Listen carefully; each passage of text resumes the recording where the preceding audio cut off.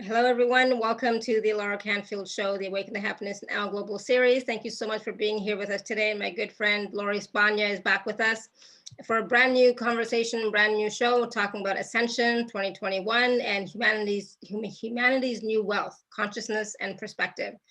And so Lori's been busy. It's been a busy year for her. So I'm so glad that she's here with us today. And part of what we're going to talk about today we're going to get the latest Ascension updates from Lori.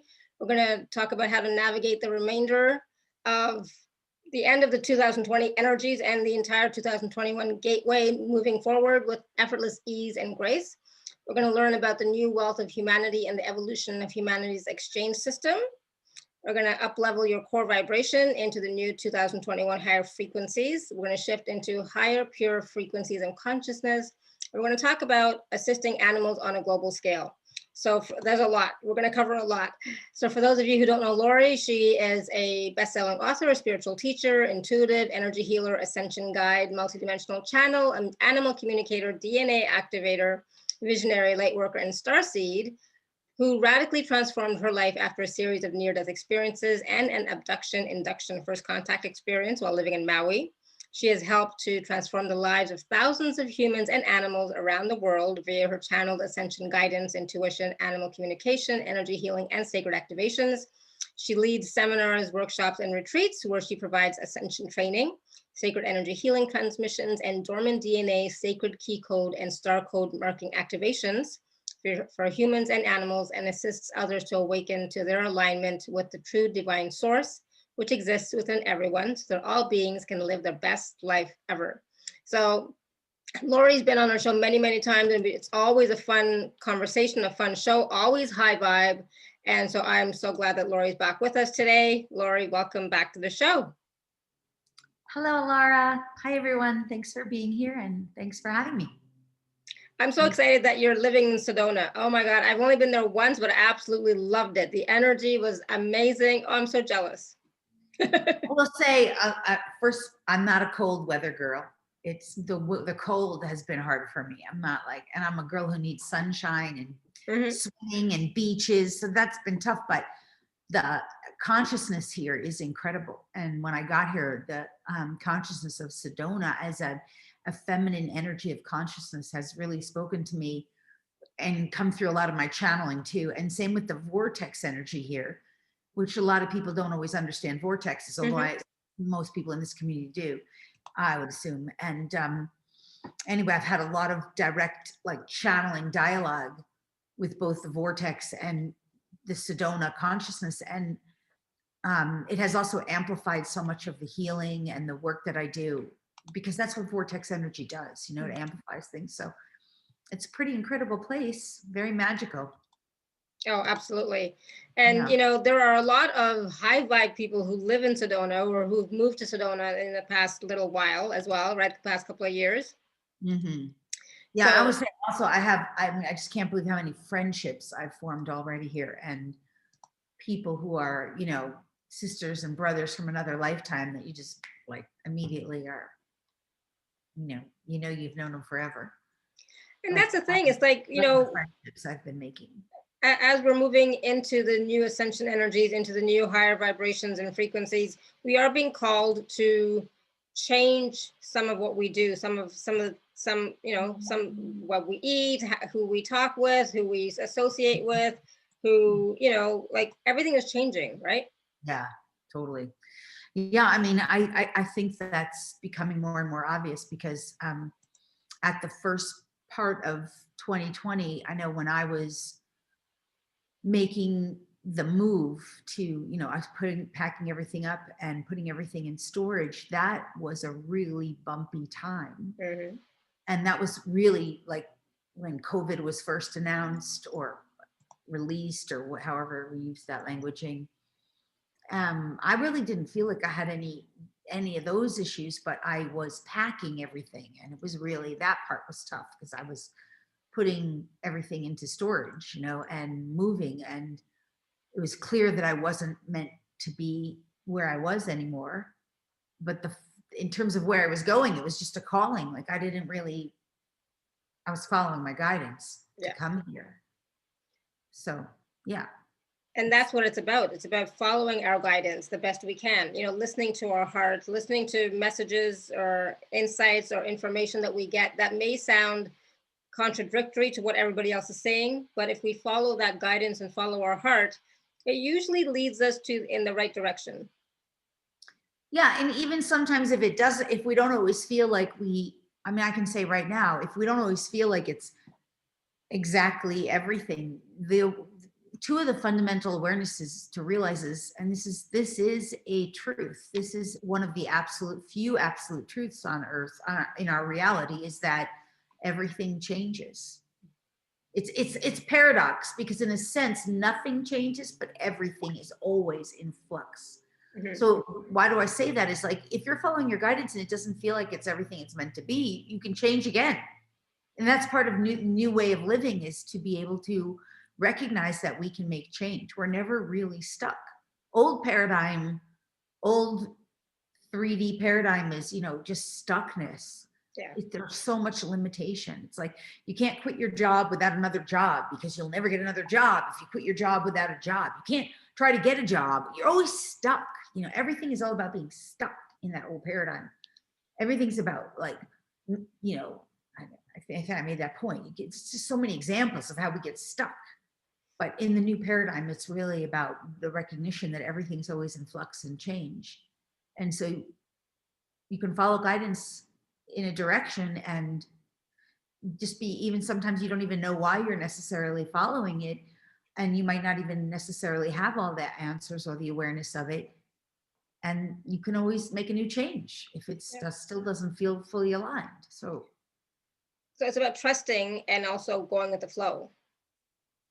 Yeah, I think that's another huge part of this new paradigm. The fundamentals of trust and faith are being much more anchored into our reality. So in the old paradigm, we'd be operating as individual personhoods, personal identities, which the old paradigm refers to that as ego. I don't subscribe to the fact or to the concept. This is very hard for most people to grasp, but I do not agree that you have an ego. I just don't. Not once you're functioning as your divinity. Mm-hmm. The truth of who we are is divine source with personal identity. Ego is a construct that was created out of a third dimensional paradigm. It only exists within third dimensional paradigm, unless you bring it with you as a belief system, which then you can have that. But in any case, where was I going with that I'm getting distracted, Lori. Too many conversation. The fundamental of that old paradigm was you're operating as ego or personality, making all your own choices, free will choices.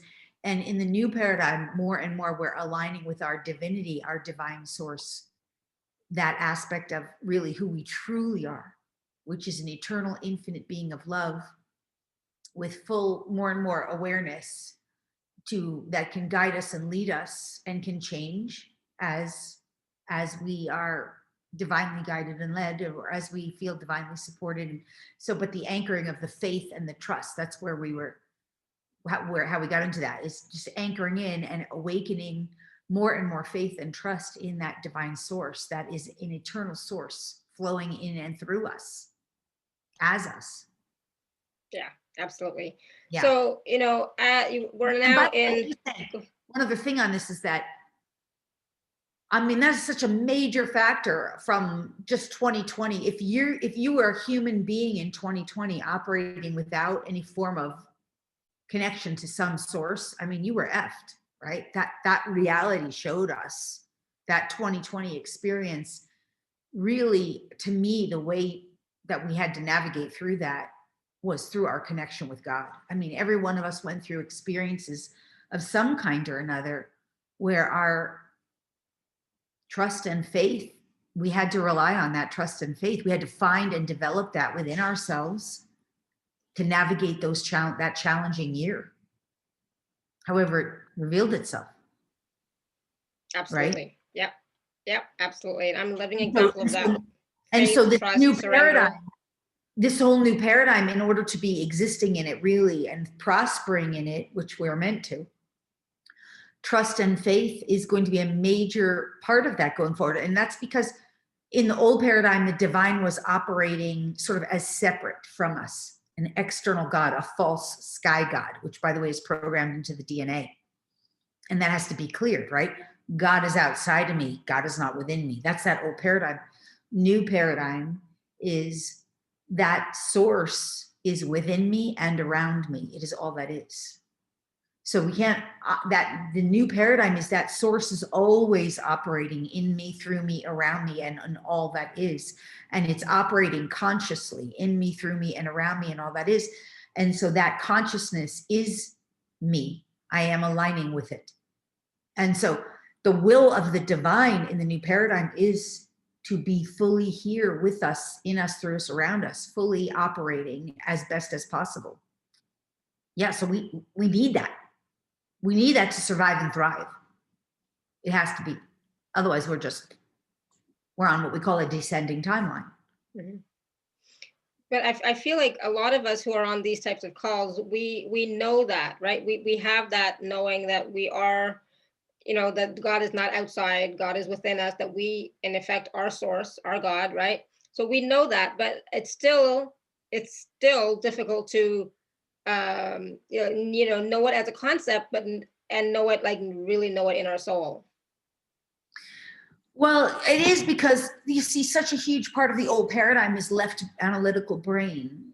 So this is a form of spiritual bypassing, to just learn something by listening or reading or watching.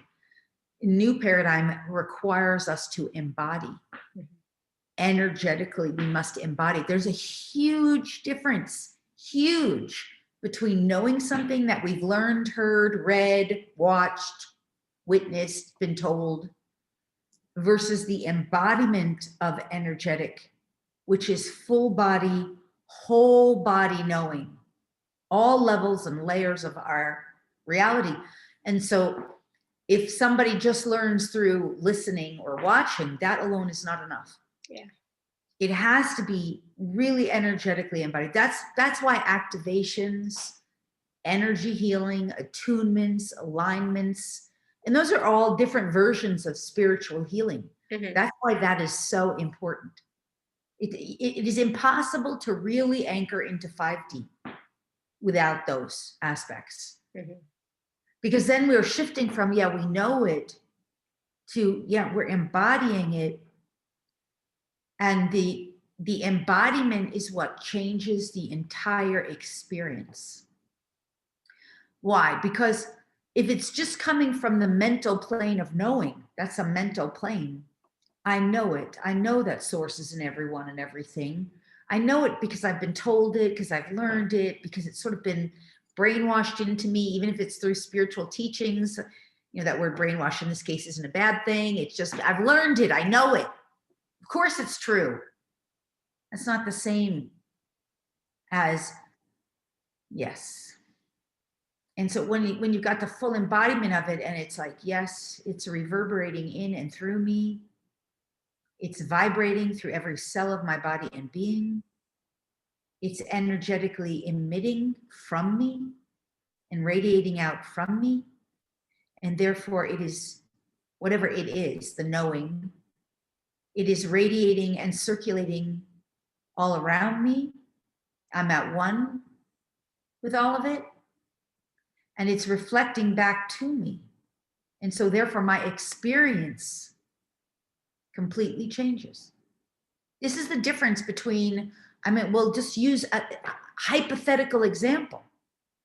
This is the difference between somebody saying, I'm just using a reference to my own example. I'm going to travel across country on faith, and I don't know what I'm going to do when I get there. But on the way, while I'm driving, I don't know, I have to get my mask. I'm afraid. I don't know what I'm going to run into. I don't know if I'm going to have enough money. I don't know, but I'm going to just do it because I know, right? Versus, I'm just going to get in my car. I'm going to go. I know it's all going to work out, and I'm not exactly sure of all the things I'm going to encounter along the way, but I know it's all going to be so divine. It's going to feel great. It's going to be exciting. And then the experience reflects that, because the energetics are entirely different. Same type of experience. I'm going to drive across country and go get a new home and find a new home and meet new people and create a new life. Two same types of things, but they manifest entirely different. Let's use another example. I'm going to bring my dog to the vet for a checkup. Oh my God, I know if I think good things, it'll be good. I'm just going to have yes, I'm just going to think good things. She's going to be fine. She's going to be fine. I'm bringing my dog to my vet and I'm just going to get everything. She's so healthy. I'm meant to have a healthy animal. We're going to have a healthy life together. I'm so excited. I'm really looking forward to it. This is what's reverberating through me, around me. This is what it feels like. And now this is what's reflected. And go to the vet and the vet's like, perfectly healthy dog. Oh, your dog is so healthy. Yeah. I mean, that's two same experiences. Another example, we'll use COVID. Okay, I know that COVID is energy, and I know that energy is the energy of a virus, and I know that energy can't hurt me if I'm in the energy of love. I know it. So I'm just going to be love. I'm not going to let myself get upset by that. I'm just going to be fine. I'm not going to have to be, I know that COVID is just an illusion. I'm in a dream. It's fine. Oh my God. Okay.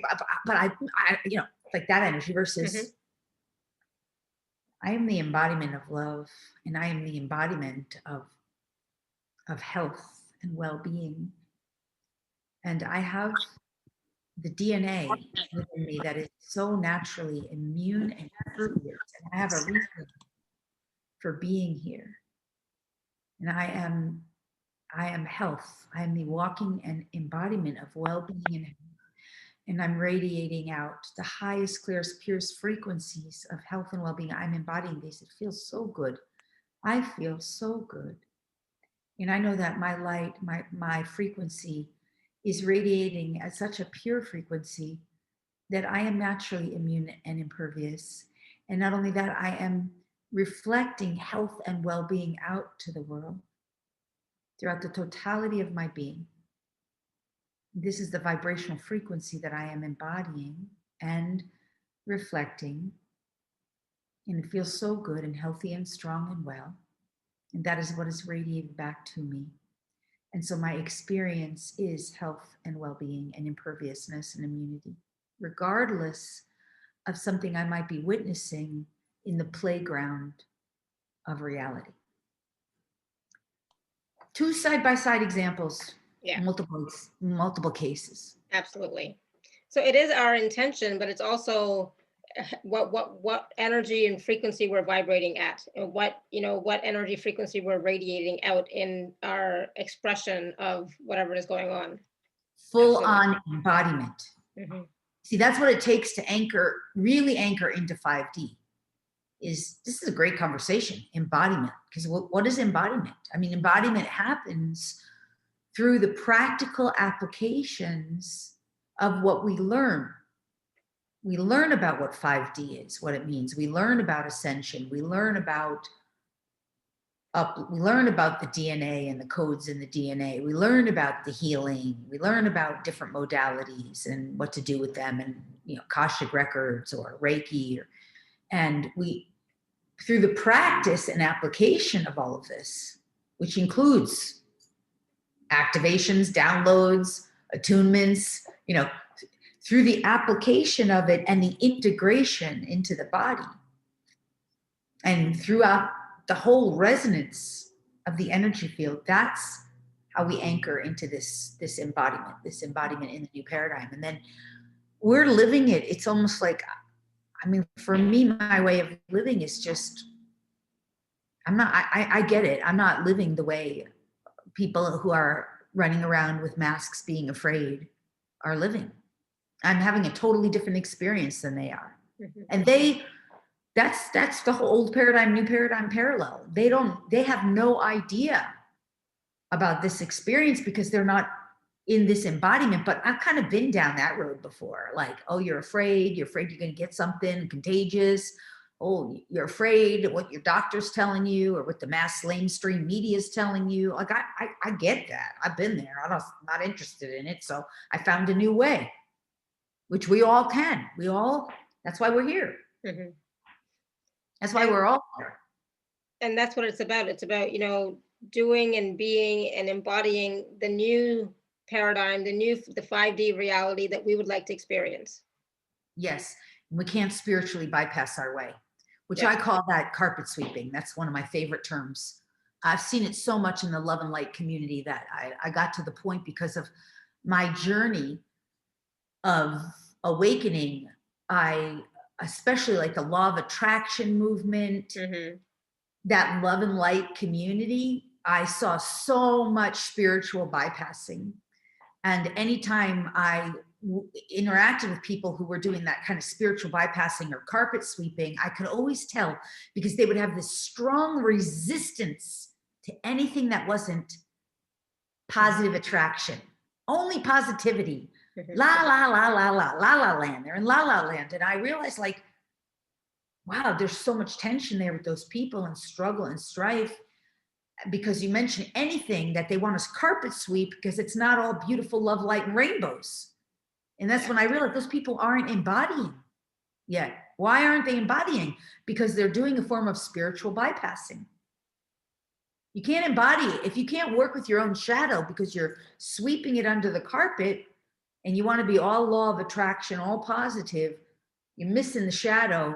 You're going to be stuck on the other side of embody. You can't embody all the light, because there's still all this shadow that's been suppressed, repressed, denied, carpet swept. Yeah.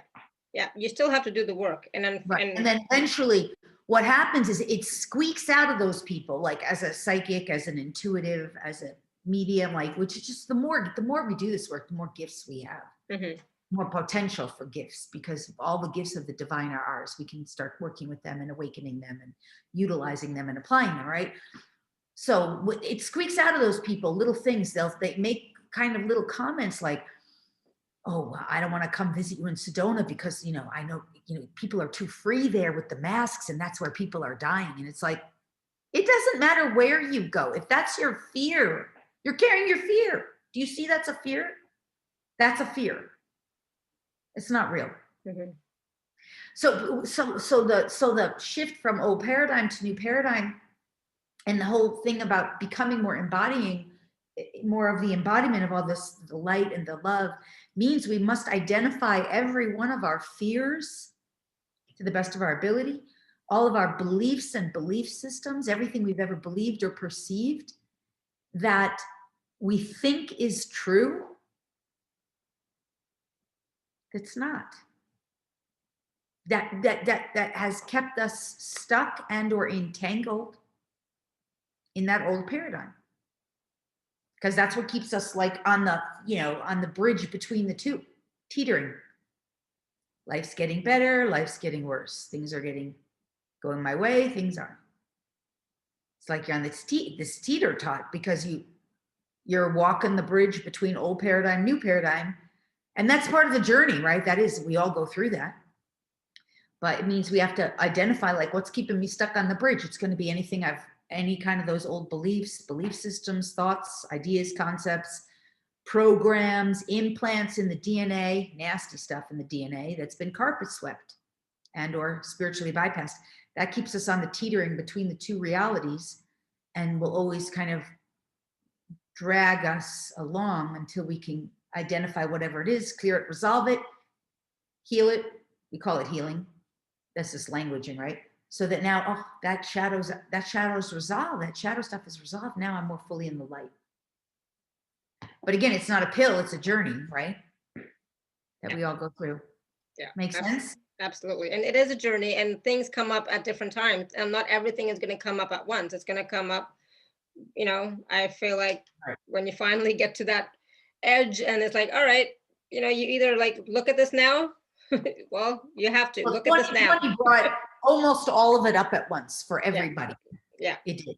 It was interesting. It kind of brought everything up, that whatever was yours, it was in your face in a huge way. And if, we all reached our points. Like, I can say there were some times where I was just like, I am at my saturation point. Mm-hmm.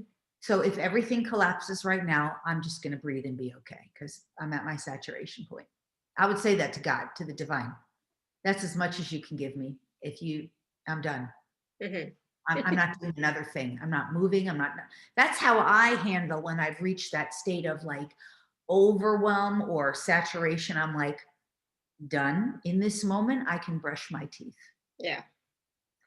Done. In this moment, I can make a cup of coffee. Like that's how when I get to those moments, because it's like too much. Yeah. I don't care. Someone can be screaming at me, yelling at me. It doesn't matter what's going on in the external world. If you're at that point and your body starts to go beyond homeostasis, I'm so tuned in now with my body that I know when things start getting tighter, tenser, when emotions start getting upset, when mental plane starts going into any form of stress or anxiety, it's like, oh no, not going there, not playing that game. I'm going to be true to this peace, love, joy, harmony within. And so nothing else is going to derail me. If I get to the saturation point, it means I didn't do that properly, right? Mm-hmm. Saturated, I went a little too far, pushed a little too hard, did a little too much, tried a little too much. Nope. Stop everything. Nothing. This is what, if we don't understand this now, nothing is more important right now, nothing, than the vibratory state of our being. And that's always going to be linked to our sense of inner peace, inner harmony, inner well-being. Mm-hmm. And ultimately, that's going to yield joy, happiness, fulfillment, health, abundance, prosperity, all the good things that we desire. But what's most important is that, yes, internal, in the physical world, we can call it homeostasis. It starts at homeostasis. That's a starting point where the body's like, and that's why meditation is so important. That's why breathing is so important. That's why various forms of exercise, not exercise in the old paradigm exercise like movement for the joy of movement, even if it's a brisk walk or a swim or a little dance or whatever is your joyful movement. Yoga, Tai Chi, whatever that is. All of that is the basis of homeostasis, where we get to say, okay, I'm good here. And now from this space of inner harmony, inner peace, inner well-being, now I can create, right? Divine, that's what gets us into what we call divine neutral. I can be divinely neutral, not tugged or pulled. And from this sacred neutral, now I can choose what I'm going to create and or experience. I'm going to choose my reality. I'd like to have some of this. I'd like to experience some of that. I like to make some of that. I like to do some of that. And then the other thing I want to say too is like,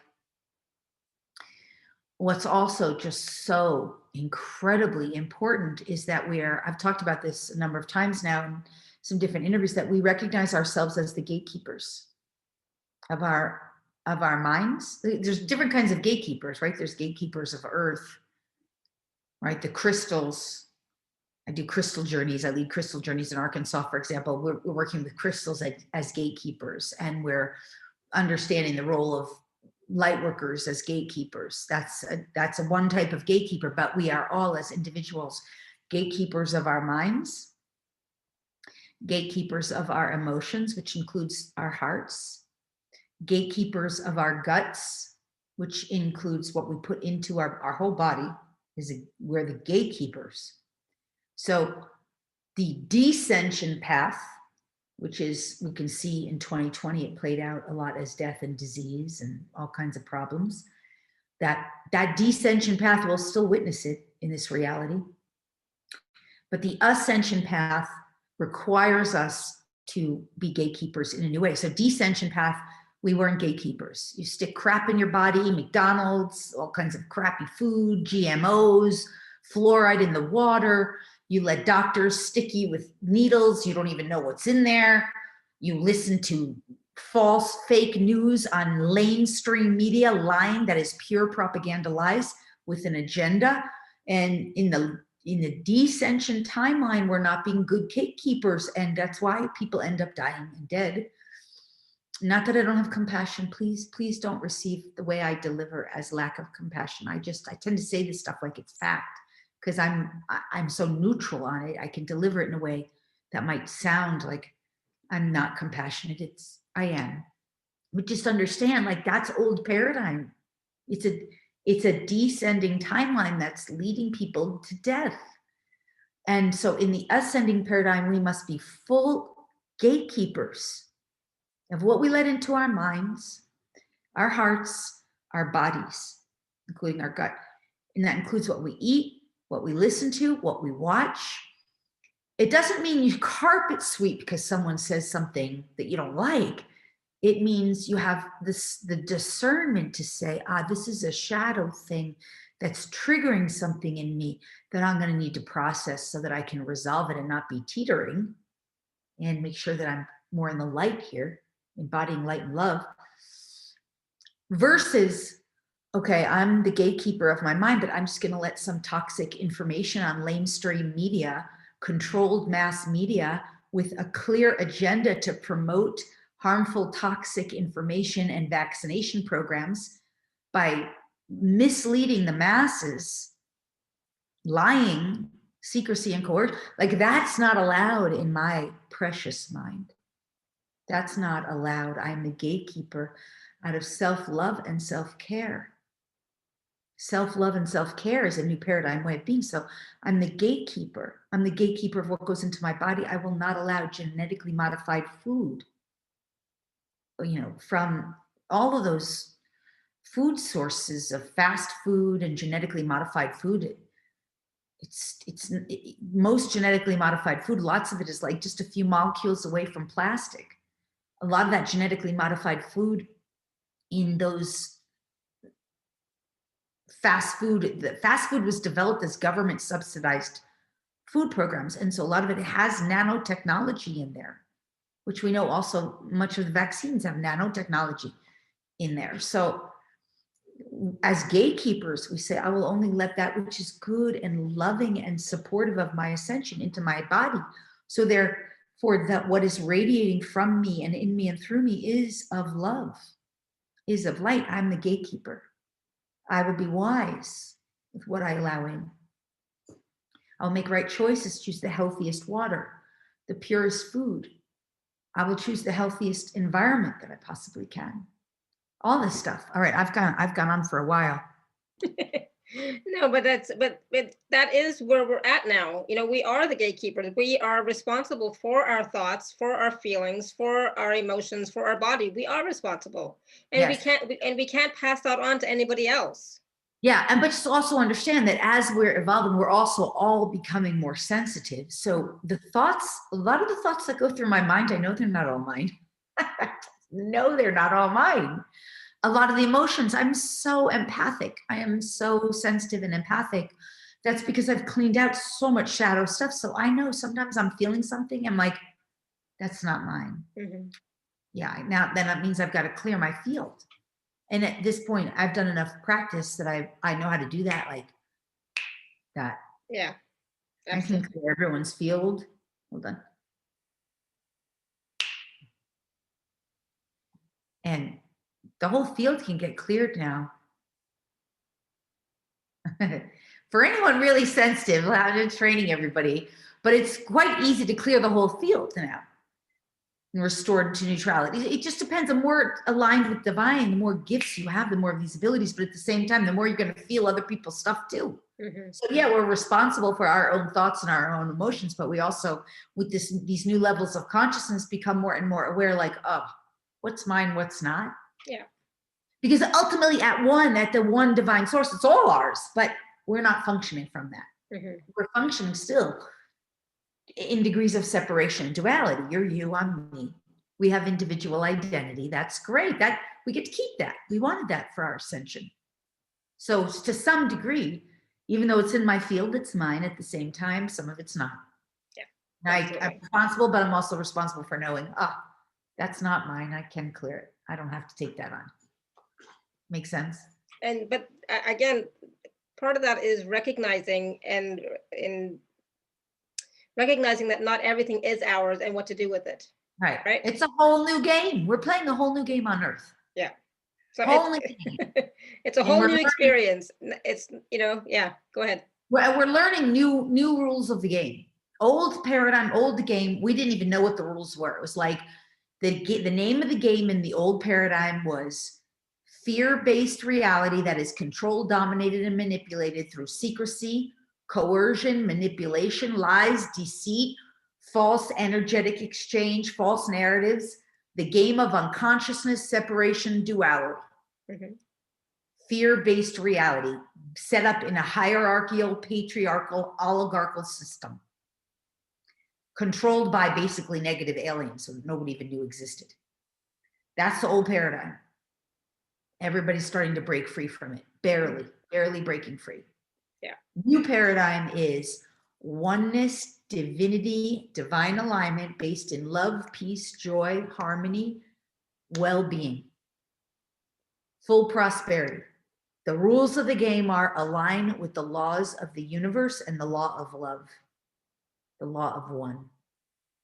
Got to know what those are. Mm-hmm. Awaken to the truth of who we are and live based on, yes, energy. We're the new exchange of energy is based on based on frequency, vibration, consciousness, and awareness.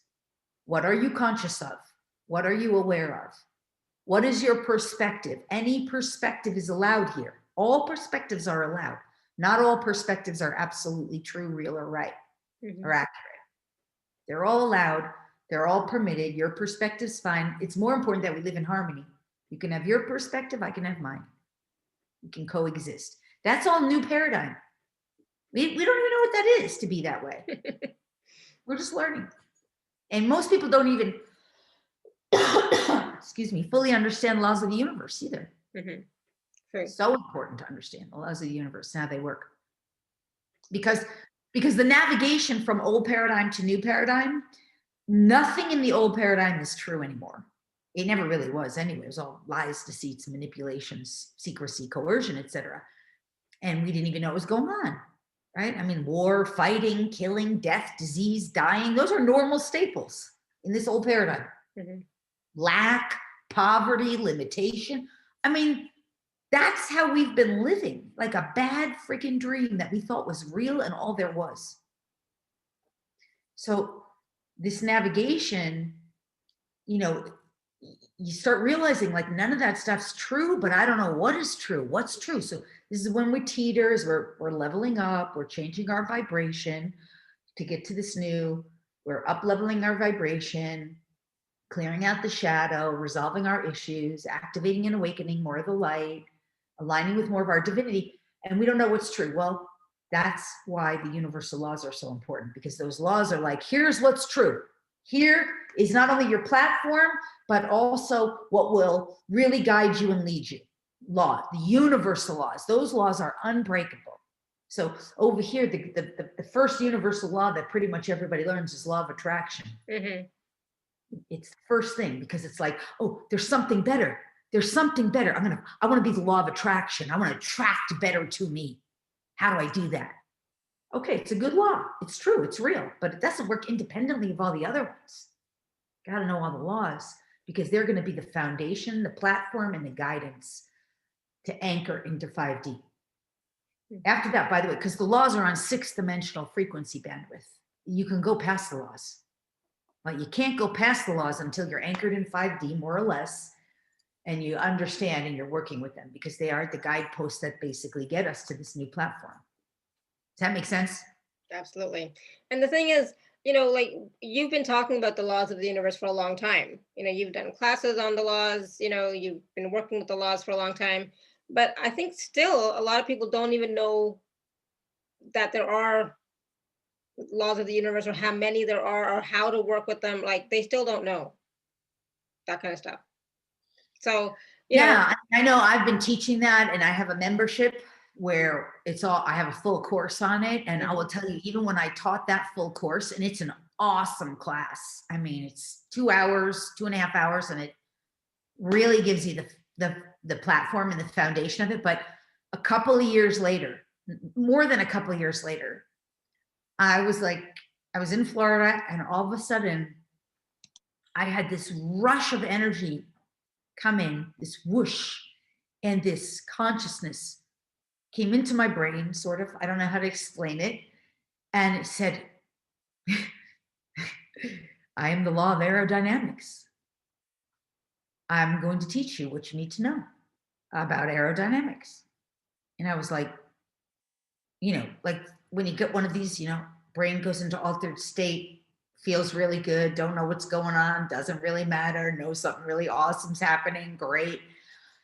And after I get it, brain still doesn't know what happened. Brain's like, I don't know what I just got, but that was freaking cool, right? But within, less than an hour of that, I'm like, why didn't you come in before? I taught a whole course on the universal laws. Like, where were you then? I'm like, wasn't it important that I knew you then? And this law of aerodynamics says, no, I had no interest in you. And I was like, why? I'm here to teach people. I'm here to help people. Like, why didn't you make sure you were in that class? And the law of aerodynamics says, you didn't have the virtues. You weren't at my frequency. It doesn't care. The law's not like sitting there being like, oh, I have to cater to you, human. The law's just like, I am the law. I'm upholding the law. You have to rise to that frequency energetically, which means you have to be embodying it to some degree at that frequency. You have to be a frequency match. So first we learn about it through the brain, but it's a 6-dimensional frequency. That's where those laws are, 6th dimension. And so, go ahead. Understanding the most important law, like this is a really cool thing too, is that recently I was doing a channeling with Enoch. Enoch is one of I call Enoch an angel god. He's not in this, it's all categories, just labels for us to understand. In a way it doesn't matter, but in another way we like to learn and understand. So you have angels, you have archangels, they're just different roles, right? But he, in my mind, as I understand Enoch and have communicated with Enoch, is what we call an angel god, which means he's really working directly for God, doing a particular type of work for God. And so Enoch, part of his work, a huge part of his work, is the ascension of humanity, to assist and facilitate in the ascension of humanity. So anyway, Enoch came through in a channel and said, please help me, where was I going with it? Because I have so much information, I forgot. What were we talking just 2 minutes earlier? The laws? Oh, yes, I know. Thank you. He just came to me, he said it. So in the old paradigm, people don't even know if they have free will or not. There's like, have you ever heard that, Laura, where people are like, is there free will? Isn't there? Is it real? Isn't it? It's like, how ridiculous. Okay. So, but in the new paradigm, in a sense, there really isn't free will, because you more and more align your will with the will of God. It's like, does your pinky have free will? Right now, does my pinky have free will? Like, we are all, in a sense, like pinkies on the finger of God. Yeah. So on the one hand, it's true, we do have free will as individuations, but more and more as we align with God, we're just like, what is your will for me? What is for my most benevolent best, right? Well, in any case, what Enoch said was that Enoch gave a definition of free will, which was never my definition of evil, which is in the old paradigm. So curious, do you know how would you define evil? Taking away my choice and freedom. Yes. Okay, that's not how I defined it before Enoch told me. Enoch, I thought evil was the intent to cause harm. And I mean, to me, that old paradigm is filled with that. All of the hierarchical structures, the negative aliens that nobody knows about, who are no longer running our game, by the way. They're not here unless someone's still playing with them. That's different. But they're not running the show anymore. We came out of the quarantine that they were keeping us in. People really understood this. But in any case, that's what I thought it was, the deliberate attempt, the attempt to deliberately cause harm, including crimes against humanity, which is what we're going to be unpacking in the next 3 years. We're going to start realizing the crimes that were perpetuated against humanity. I thought that was evil, but Enoch said, no. What the higher realm's definition of evil is the deliberate attempt to usurp someone's free will. Yeah. Now that has happened in the lower realms. That is what mass media is. That is what the mass media, let's call it mainstream news. It is the attempt. I don't follow or watch. Right. Don't know what's going on there.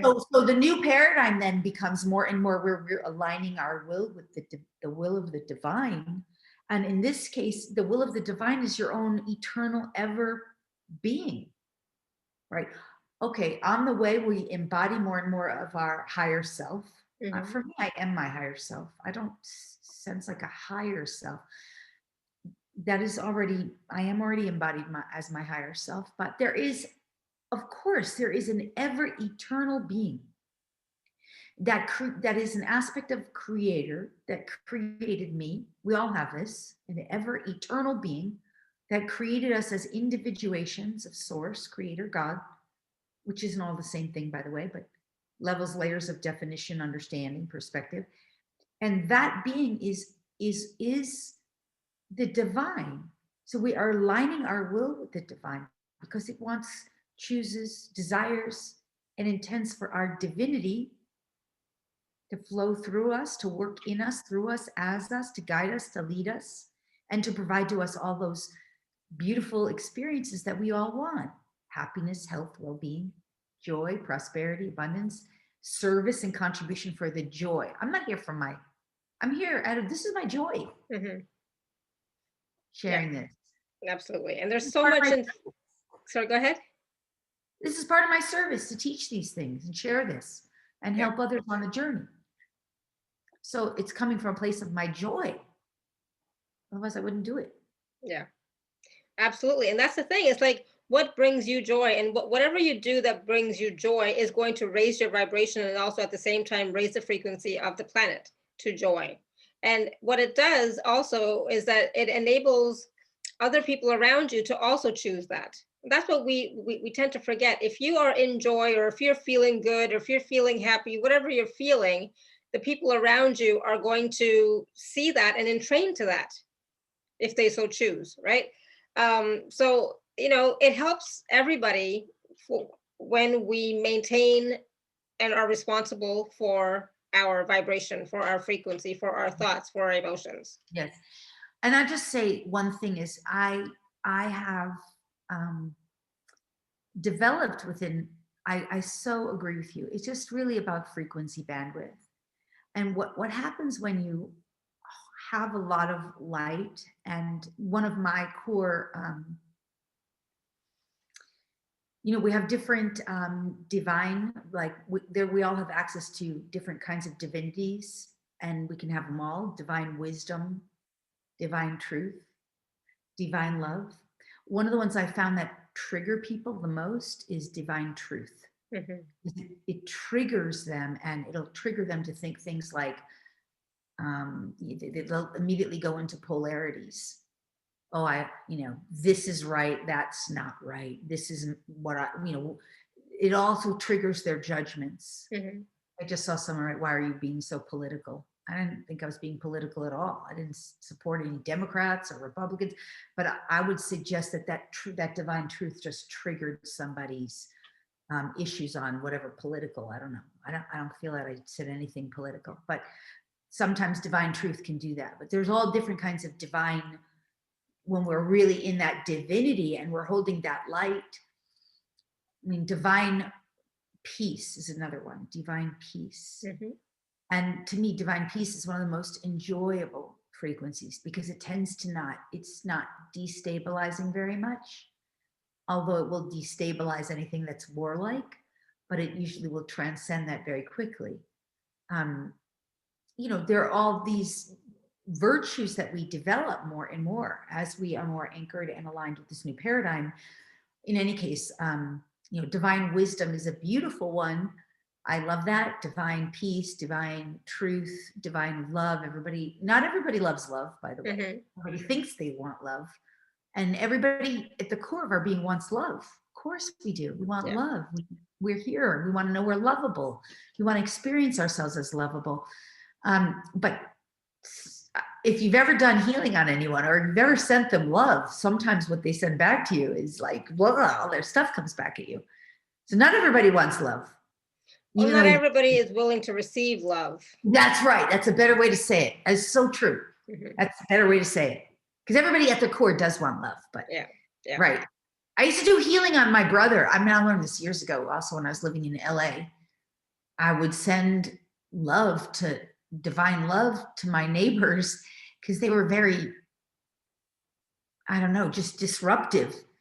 And I thought that was the solution. And they were always like fighting and arguing. So I tried to send them love and fight and argue even more. And one of my friends once said, "Why are you sending them love?" And I was like, isn't that what we always do as light workers? Send everybody love? And my friend was like, "I don't know if you want to send hateful people love.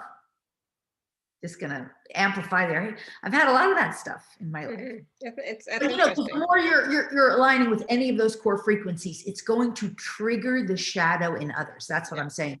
So if we're working with any form of divine truth, it's going to trigger judgment, resentment, other forms of anger in people, because you're triggering their stuff.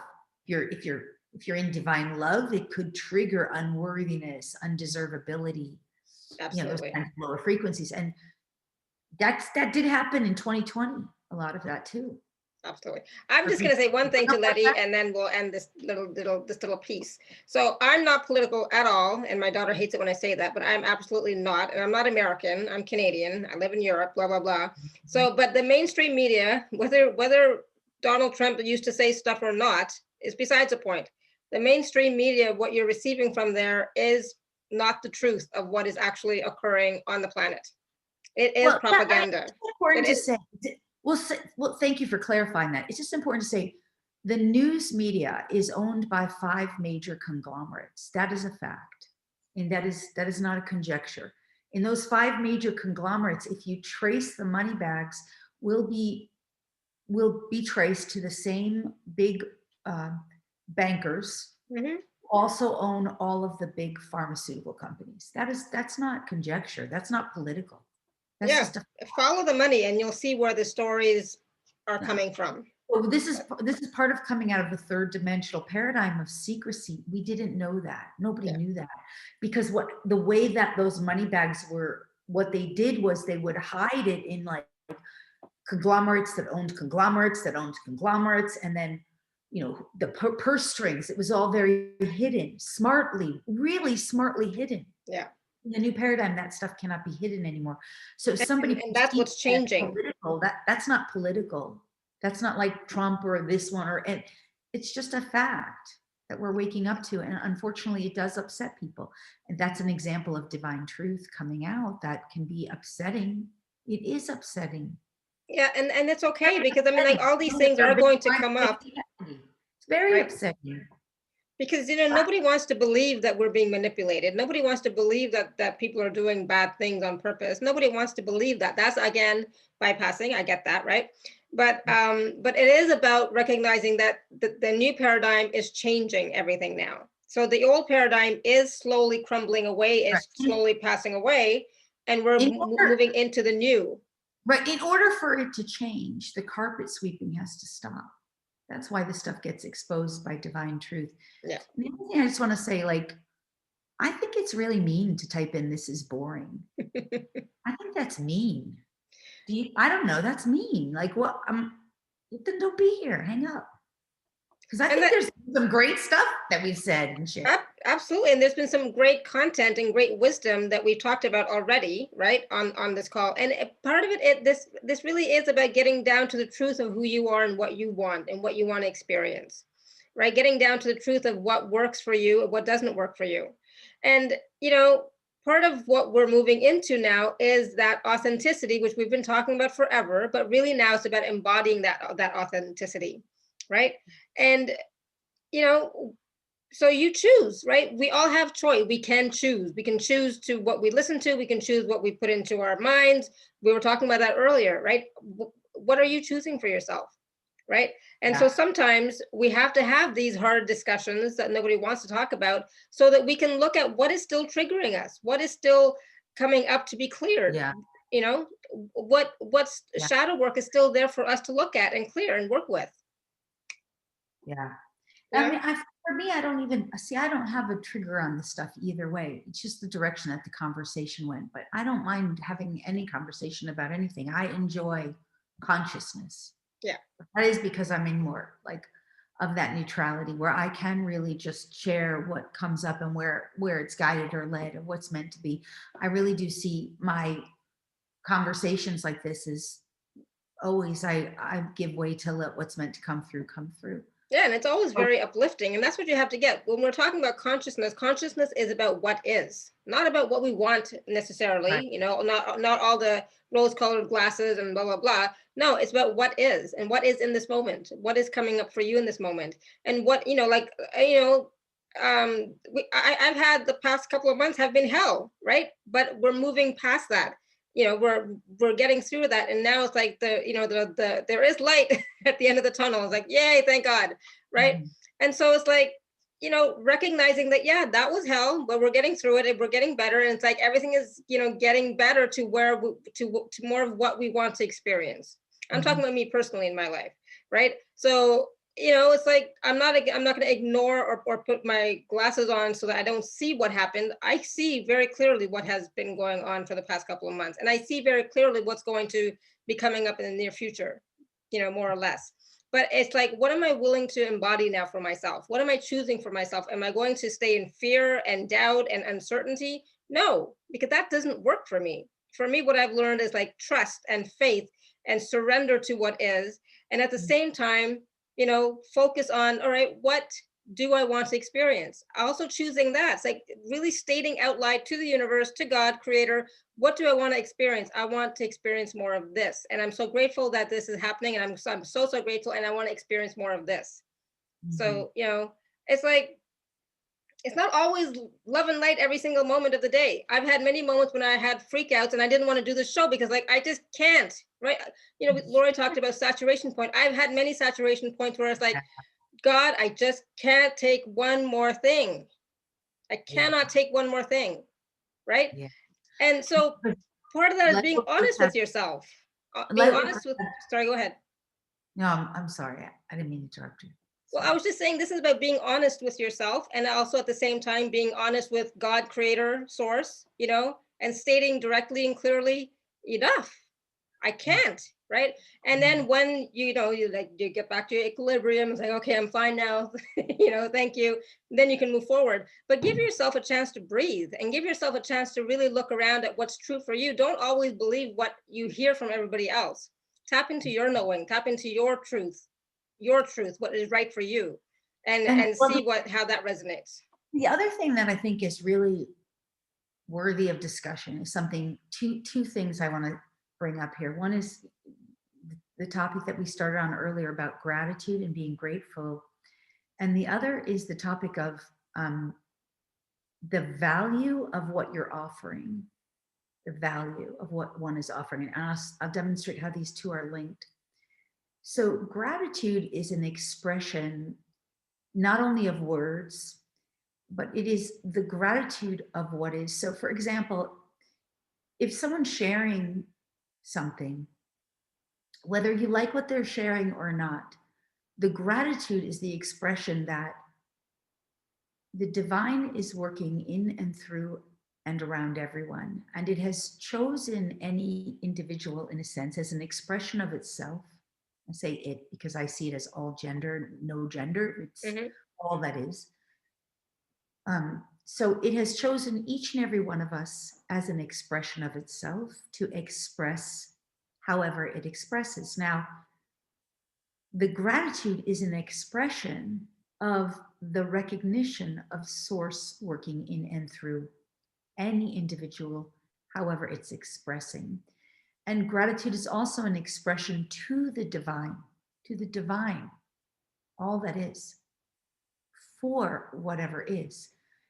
Now, through that gratitude is one way to not only increase and up-level vibration, it's also a way to recognize the divinity within oneself, because gratitude is really the experience of gratitude, is the recognition of how brilliant one is.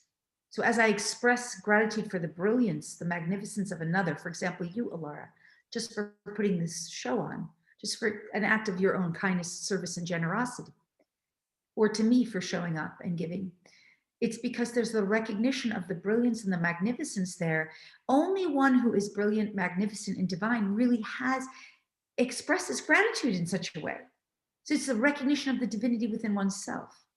So gratitude is so important, more than just because of law of attraction. I want what I want, so I'm going to say gratitude. It's being, I'm so grateful for Alara in this moment. I'm so grateful for Lori. I'm so grateful that I'm able to show up. I'm so grateful for everyone participating and leveling up to a greater version of each and every one of ourselves. I'm so grateful for the energy. Really, there's beautiful energy on this call right now. Maybe it's emanating from, through, and around us, our connection. This gratitude up levels and anchors. So the second piece is that we talked about is the expression of the exchange of who we were. Was that the words I used? It's the same. Yeah. I have the concept, but was that the words I used? So if we're using our words to express things like, I don't like this, a judgment and anger, a pissed offness, we're functioning from a lower frequency. This is boring. This is political. Like, that's all judgment, entanglement. That's not the richness or fullness of who a person really is. That's not really who you are. That's not your greatness to express that way. That's coming from a place of, like, I don't know, some denser. So what are you contributing through your expression? Is it really necessary? Is it really serving? Is it serving to express? Because this is part of the energy exchange of the new paradigm, that the expression of who we are, how we express, either through our voice, through our hearts, through our gut, through our energy field, what are we expressing as? This is linked to the gratitude, that sense, the same sense that we just talked about, because if what we're expressing is serving, supporting, uplifting in some way, then there's value there. But if what we're expressing is just bringing the group down, lowering the frequency, it's just pulling people down to the old paradigm. If it's judgment, it's not that that stuff can't be expressed or that there's not a place for it. There is, but in a healthy way. A healthy way would be like, okay, I'm having a session with X healer or therapist or guide or mentor, and I'm going to share about how much judgment I have about something or someone, or my anger or my resentment or my frustration with political comments or whatever it is.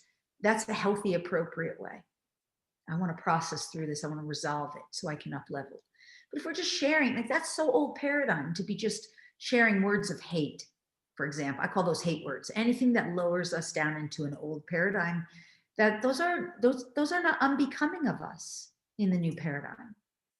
That's not a gratitude expression for all that is, nor is it really serving, contributing, or uplifting in some way. Or even if it is an expression in a healthy way, like, can you help me with this issue? Then that's appropriate. Yeah. I have an issue with people talking about political things, or I have an issue with somebody pushing a political view. Can you help me resolve this? Because I'm obviously not in a divine neutral place if I have an issue with it. Yeah. Okay, that's raising your vibration. That's saying, I'm not going to carpet sweep, judge, blame, condemn. I'm going to bring it up so I can work through it. But yeah. Otherwise, you see this, the point of what I'm saying here, I hope everyone's with me, is new paradigm is, how do we express? What are we sharing and contributing? Is there value and worth in it? Does it serve? Does it support? Does it expand? Does it uplift? And if not, am I dipping into that old paradigm again? Am I bringing people down or myself down? Because this is part of walking that bridge, old paradigm, new paradigm. Everybody is getting a choice. Everybody. And now it's on the table. It's good that we can be aware of that, right? So it's about really looking at ourselves and what's coming up for us and what questions are popping, for us. Like Tina's saying, just because we are aware of what is going on around us, we get to choose to play in the pile of poop or fly above it. I find myself in the poop right now, right? So That's for me, funny. that's like that is a question, because basically she's saying, I know what's going on, all this stuff, and I'm feeling like I'm in the poop and I don't know what to do about it, right? Yeah. So that's Yeah, great. you can't get out of the poop unless you know you're swimming in it. It's Yeah, there are lots of first of people all, who, celebrate that you're aware. yeah, Really celebrate your awareness, because yeah, there's a lot of people swimming in poop right now that don't know it. yeah. And that's why we have these conversations, to help people realize it. I mean, literally, and I'll be more helpful on this, but let me just make a statement again, is that the old paradigm, we think it's normal to have disease. That is not normal. It's really not. It's not even necessary in the new paradigm. Everything, everything is healable. In the old paradigm, it's normal. I mean, I lived part of my life before I started on my real awakening journey. I was taking literally so many pharmaceutical drugs. It was horrible that doctors, I mean, horrible is a judgment word, but these doctors who were well-meaning, they just were trained by a schooling system that was run by big pharma. That's the purse strings. And so big pharma created, the schooling system. I mean, it's hard to understand that that's how that system is set up. So these well-meaning doctors working with the DVM, the DVM was created by the military. DVM, I think that's what it is. That book that said, the diagnostic book. Okay, they were giving me all these pharmaceutical drugs, like two handfuls, all colors, and that was the solution. It wasn't working for me. And I mean, I was dying the slow death, So I didn't know that I was in this pool of poop. I was just trying to find a way out, but I didn't even know that was normal. I was 6 figures in debt, credit card debt at that time. I was working a slave job that I was miserable, jumping from job to job. I was miserable. I was overweight. My thyroid was off. My hair was falling out, and going to doctors every week, and just nothing was working. And people don't know that they're in a pool of poop. They're just trying to get out. So the first thing is the awareness that you're in the pool of poop and you're trying to get out is the first thing. I mean, in that old paradigm, one more thing I'll just extend on this is like that pool of poop, it's normal for war. It's normal to hate your brother or sister. It's normal to hate your ex-husband, who's the parent of your child. Why would you want to hate on the parent of your child? And yet that's normal to hate one another. That's normal. It's normal in that old paradigm to judge everybody, to criticize. The inner critic is just run amok. I have a great friend. I just yesterday or last week posted a free 20-minute video on my YouTube channel to activate the DNA codes of immunity and imperviousness. I mean, an incredible gift, I think.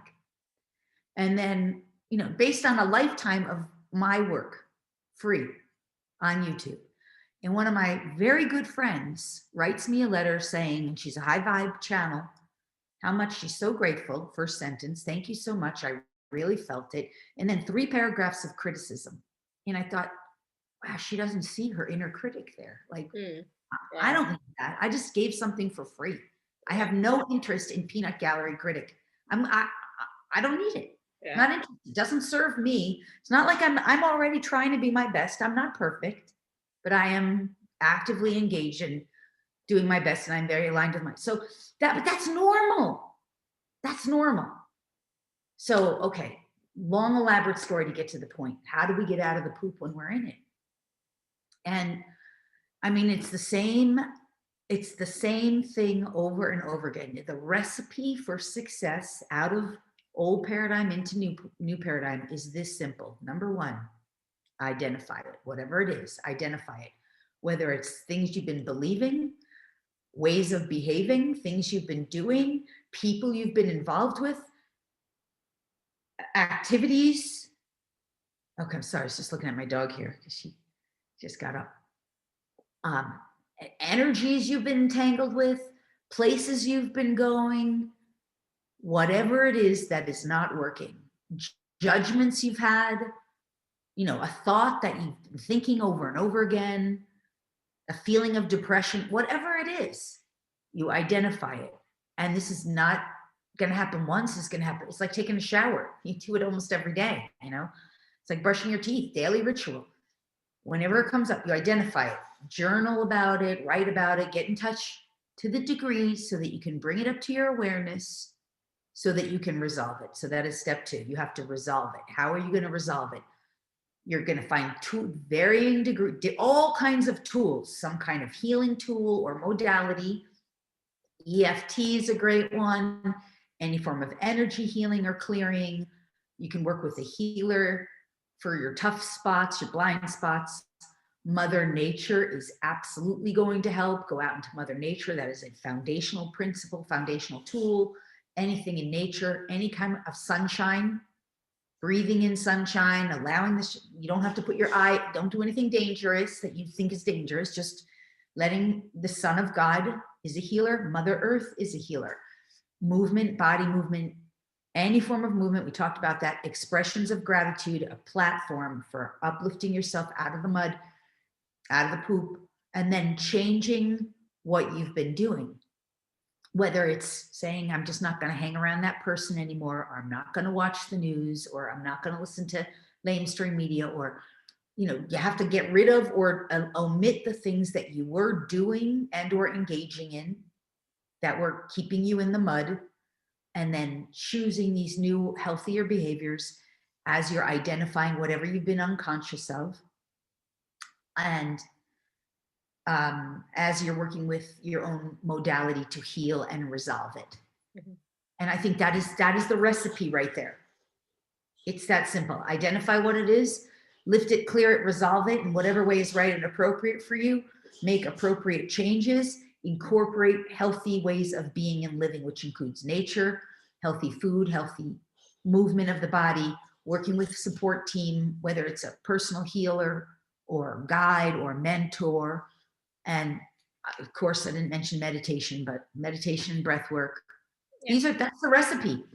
And you be relentless about it, because at this stage of the game, and yes, somebody said service to others. Yes, service and contribution. Absolutely. I mean, that's like the key to joy.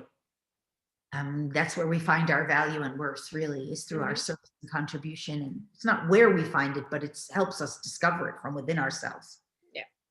And so that's the recipes. That's it. And that's for everything. And, you know, sometimes we do need support from other healers, other people. Absolutely. We can't always do it on our own. We cannot. I know so many things that I have not been able to do on my own. And, you know, and luckily I have great support team that I can turn to when I need it, you know, but. Yeah. I mean, I think that's a huge part of the whole ascension, is to teach. That's how we come into the oneness and the unity, is the recognition that, you know, we do need one another. Yeah. And while I will say your codes in your DNA, your own physical DNA, the dormant DNA, has all the solutions that you need. We're all going to have our own blind spots and challenge points. And this is the thing, is if we're not working with it, it does get pushed up on us. And I mean, COVID is an excellent teacher in that way. Yeah. It's an excellent teacher of showing us our blind spots, where if people have been living in fear or giving away power to external authorities, or not self-educating, or if people haven't been caring for their bodies, of course, that makes people more vulnerable to various forms of contagious types of viruses. And when your body's healthy and strong and you've built up immunity, and when you're acting and behaving with self-love, you tend to be more likely to attract more loving people and environments and situations, right? COVID has been an excellent teacher in that way. 2020, overall, that year was designed to push whatever it was up to the surface. Yeah. And you have to be willing to ask for support. You have to be willing to receive the support, you know, so not all of us are. I was very bad at that, not willing to ask for support, you know, and it's like, I can do this on my own. Nope. Sometimes we, you know, receive, you know, just be willing to receive. Mystic, you had your hand up a couple of times. One other thing I would also love to say too, for Tina, and that, because she asked that, was that it is also really important, I think, for all of us to celebrate our successes, celebrate our wins. You know, like I was thinking about this yesterday, and it's because it is a Mercury in retrograde, and we're at this point in time. And so whenever there's a big planet, a significant planet in a retrograde, wherever, it's asking us to sometimes review things or to complete something that we maybe weren't complete on. And I was doing that review in my head, and I was realizing, wow, I just major accomplishment, lifetime accomplishment on something for me personally that had to do with family dynamics and familial relationships, where I had such strong family values. I wanted my whole life so deeply to have healthy, deep, rich, fulfilling relationships with my nuclear family, my natal family. And that was probably for me my greatest, most painful challenge, excruciating, emotional, mental pain and torment for me my whole life with my nuclear family. I was so attached to those relationships going the way I wanted them to go. I perceived and expected my family to be, I held them to a higher level of standard and expectation than they held themselves to. And that wasn't fair to them. That wasn't what they wanted for themselves. And so in the retrograde moments of the last week, I was doing a lot of review on that. And I was like, wow, I've come so far. I'm finally in a place with my nuclear family. Like, so much pain was there for so long. I'm finally like in a place I just really wish them their most benevolent best. I am wholly and completely finally in a space of just, I accept them. I'm not expecting them to change. I don't want or need anything from them, and yet I love them. And I wish for their most benevolent best, and I'm good. Like I'm fine with them, whatever. And I thought, this is a whole lifetime of my inner work. Like, nobody would have seen that publicly, because that's just been my private work that I've had to work on. And I really had to celebrate that triumph.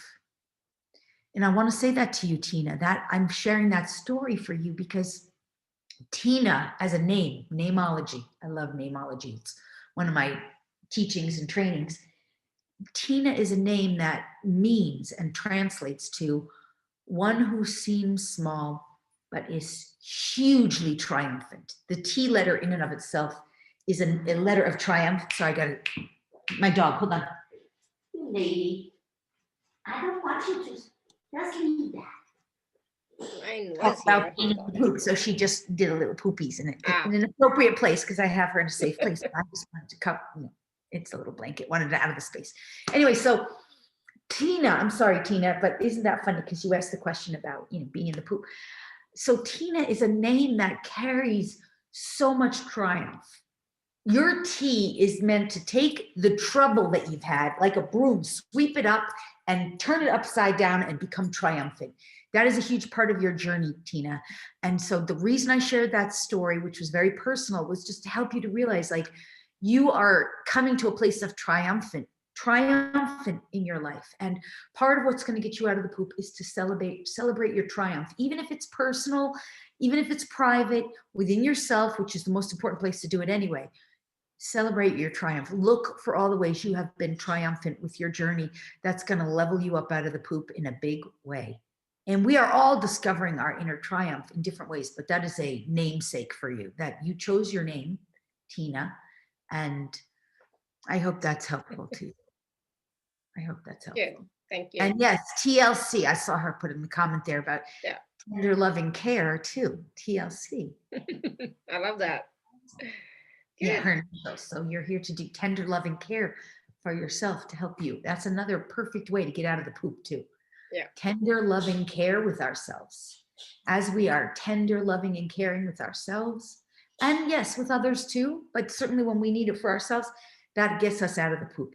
Mm-hmm. Learning self-love and self-care, because that's another thing. In the old paradigm, we don't learn self-love and self-care in the old paradigm. Nope, not at all. It's a way to elevate out of that old paradigm. to raise our vibration, right? Yeah. I wanted to talk a little bit about how we can assist animals on a global scale, because, you know, I have my little Neo, you have your little Emma. Yes. Hi, girly. Hi, baby. Yeah. Well, let me, I'll do some of the animal stuff. So a lot of people don't always realize that animals are here as anchors for the new paradigm. And animals are embodying all of the highest virtues that we are learning. We're learning. So we're learning in the old paradigm, the virtues that we sort of have are like, don't kill, don't steal, don't cheat, don't lie.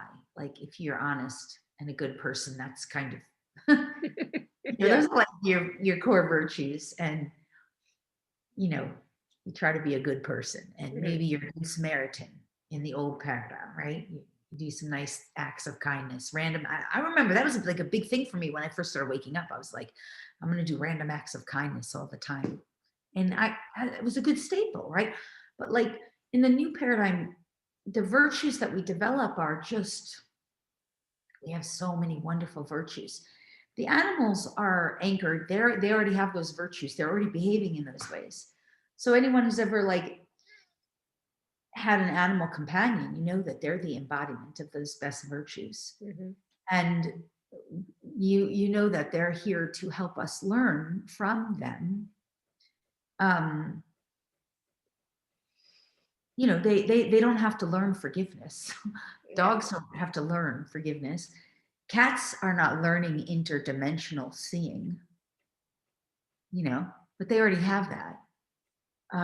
Cats, you know, like I could go on and on. The animals are our teachers. The animals in our family that live with us are healers and teachers to us. And they tend to, just like everything environmental, they'll sponge up what's in their environment. So, and they've done that as a way to help us learn and to become higher frequencies. So they're, in a way, they're sponging up our density, but they also will increase the light energetically.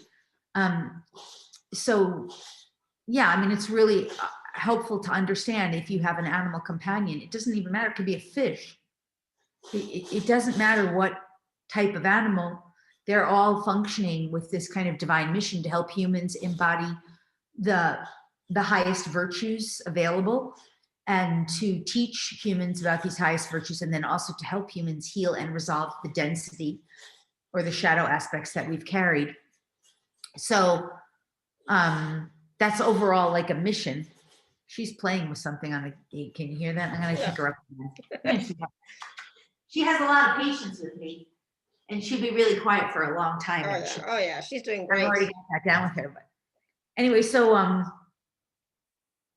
yeah, so then you have animals in general who are living in different geographical areas, who do not necessarily live with humans, who are doing tasks for humanity. You know, whales and dolphins, it's commonly known, increase the frequency and vibration of the waters. And that was a gift from, not only from the divine, but from those kingdoms. And those are connected to star family races, whales and dolphins. They have direct portals straight back to extraterrestrial planetary existences where they have lived, if they choose it. So, which is why dolphins, for example, great example, dolphins can breathe. They breathe on choice. They are always consciously choosing to be here.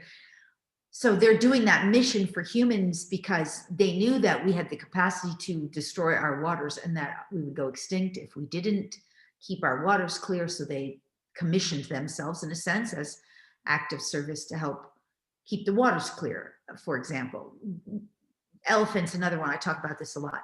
Elephants have these massive brains on purpose because they're holding up the records, right? So, because in the old paradigm, humanity has been lied. All of our history, everything we've been taught in terms of our history, it's all, I mean, not modern history, not recent history, but the history of humanity and Earth and civilization. Those histories have been so distorted and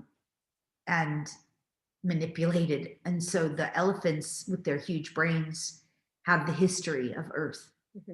And when you learn how to animal communicate, you can find out a lot of this. They also can, because they have the records, they hold the Akashic records. Elephants can access your history if you're communicating with them, and they can help you know yourself. So a great example, I was in Africa on a tour many years ago, and I came like eye to eye with this elephant on a tour. I mean, like a couple arm distance away. I couldn't believe.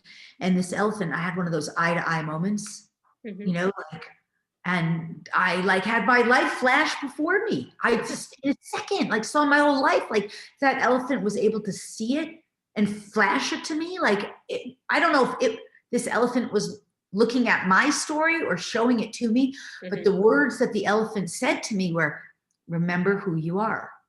And with that, the sentence itself seems so little, but at the time I was in a very 3D tour with kind of 3D people. And I was definitely being very, like, I was not being able to enjoy the tour as much. I was being challenged by like, well, my family relationships for sure at that time. And, you know, just whatever was going on, and, you know, empath sensitivities, and that elephant was basically saying, in a sense, like, if you remember who you are, the core vibration of you, the essence of who you are, you won't be so upset. You'll be able to enjoy yourself. Like, that's what that elephant was saying in a second, in a flash. Wow. So, you know, this is why I love animal communication, telepathy, and I love teaching it, and I love sharing about it, because the animals have solutions for us, and answers, and wisdom, and guidance, and they are our teachers, you know? Yeah, absolutely. I mean, I'm so grateful for Neo. He has been such a gift to me. It's like, oh my goodness. And such a, yeah, I'm so grateful. You know, and it's funny, remember, because like I told you about Neo when we first got him, and I always said, he's my puppy, he's my baby. Now Robert keeps saying on the phone that he's his baby, and he's looking forward to seeing him, and he's his baby. It's like, it's mine. I was like, okay, fine, you can have him. It's like, fine, we can share. But there's enough love to go around with them. Yeah, absolutely. What I will say is, this is one thing I always feel like the animals ask me to say this a lot, and I don't always say it, and that's that one of the things that they really ask, and they reference like this concept of the law of attraction, is they really ask for us to stop sharing and indulging in their pain, including, you know, like advertisements for not-for-profits that show all the horrible abuse to animals, or, you know, like they're saying, they don't say sweep it under the carpet or pretend. What they say is to focus more on sharing more and more of the great things that are happening. Like, for example, I remember only a few years ago, maybe 5, 7, 8 years ago, I would go into those mainstream pet markets, Petco, and they didn't even know what raw pet food was. They didn't even have freezers. Now that's a standard. Yeah. That is good news, right? Because the raw pet food, even if you warm it slightly, it's way healthier than crappy bagged cookie food. Is just, pet food companies, don't even get me started. So that's a great example. Another great example is certain countries, for example, Tonga, have given whales citizen rights, equal rights as human citizens. Now that is great news for whales and for humanity, because the plan for the animal kingdom is that they also get an ascension, that they get to be recognized as the sentient beings that they truly are. They are sentient beings, fully sentient beings. And in some cases, some animals are way more sentient than humans are. You know, we're sentient beings too, of course, but we're all at varying degrees of our awakening journey, you know, different spaces, places, energetics. No rightness or wrongness to that, just it is what it is. So in some cases, animals are much more sentient than some humans, many humans. Yeah. And the ascension plan for animals is that they are going to be recognized as sentient beings, and as the sentient beings they are. And humanity will more and more wean off of eating animals for food source. But this is happening gradually as evolution happens. But so the animals request this in the sense that acknowledge all the great things, because this will help us. And if you indulge in our pain, you are literally giving life to pain and suffering of animals. And they say, without any form of judgment or wrongness, that very often it's the animal lovers who are the worst culprits of this, because the old paradigm teaches us to pay attention to pain and suffering and indulge in pain and suffering. And we unconsciously do this. We don't realize that we do it. You know, because we think we're helping in some way. You know, we want to help. In that reality, it's not how energy works. What you pay attention to is what you get more of, including pain and suffering. Yeah. So you have to find that balance. This is what we've been talking about, of working with the pain and suffering in a conscious way with the intention to transmute it into higher frequencies and higher states of love, pure states of love and consciousness, without carpet sweeping it or denying it, and at the same time never ever indulging it or expanding, you know, more of it. That's the line we walk. And that's why I love a call like this. That's why I show up to these groups, because we get an opportunity to speak honestly, openly, and to address it, and not just be, you know, carpet sweepers, and at the same time recognize the purpose is to transcend those shadow aspects of our unconscious. Yeah. And I think that's what the animals are doing too. You know, that's what a huge part of their purpose is. And that's, she loves your necklaces. She just wants to chew them all. That's what they've been teaching, you know, that's what those animals are doing. So yes. And you know, I mean, a little puppy is a baby. It's not like she's in her sitting there like, oh, I'm here to change the world. But it's just like she has a higher self, divine self, just like we all do. So she's having an experience. All of our animals are just like us, having an experience, just like we are. Yeah. Right now, exactly. Her experience is play, fun, and the exploration of what it means to bite on jewelry and hair. So and cute. Learning, but she's, you know, her divinity has a real reason and purpose, and that's to support, you know, her human in the journey as well, and to have her own expansion journey as well. Like that, we're all like that, all living beings. Part of our consciousness requires us to recognize that all living beings are sentient, and that the divine is in all living beings, and that includes plants, minerals, the crystalline realm, right? All of it. I hope that's helpful. No, and it's a great reminder too. You know, it's like, you know, we all, there is divinity within all living things, but not just all living things. That the divinity is everywhere, right? The source, creator, God is everywhere. You know. Yeah. Even all the shadow stuff that we judge as wrong, even that old paradigm stuff, there's no wrongness in any of it. Political, not political, mainstream, lamestream. There's no wrongness in it. It was a game that we played as source, as aspects of source, exploring and what it meant to be unconscious, what it meant to be in a game of separation and duality, what it meant to experience fear, because source could never experience that without us being unconscious of that. I'm going to put you down again now, lady. Right? So there's no wrongness in any of it. I don't have any judgment about, I don't even have a political choice in me. That's not how I function anymore. Yeah. But it is a matter of, it just was what it was. And that game is, for me, is over. I'm not interested in it anymore. And I think those of us choosing a conscious ascension path, and those of us wanting something better for ourselves, for one another, for the whole of humanity, including animals, especially too, for us animal lovers. We want something new and better. We know it's possible. And now we're navigating our way to create that and to level up into that, because it exists. It's already been created by us. Future versions of us that we're becoming and aligning with. We've already created it. It's already anchored in, and we're having to become vibrationally compatible by making that shift from that old paradigm.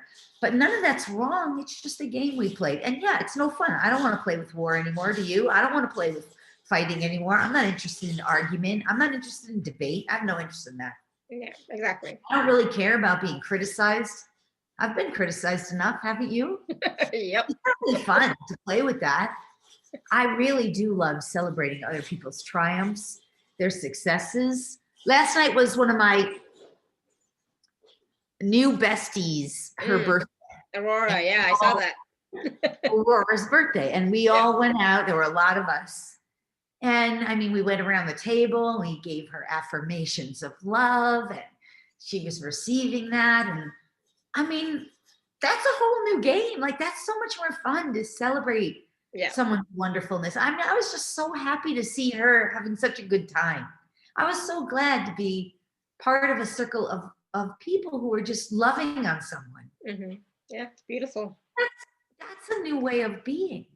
And we can all choose that as well. You know, and that's the thing. There's like, what are you choosing for yourself as we are moving into this ascension paradigm, ascension time frame, ascension timeline, whatever word you want to use. But we are all moving forward by our choices in a new way. And it's not always easy. It's not always fun, but you get to choose. You get to choose, right?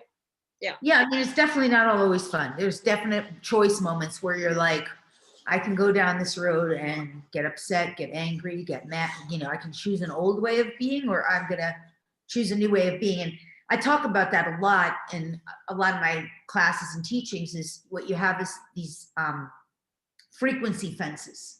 And so a frequency fence is always an energetic, sort of non-physical fence, energy, between old you, new you, and or old energy, old paradigm energy, new paradigm energy.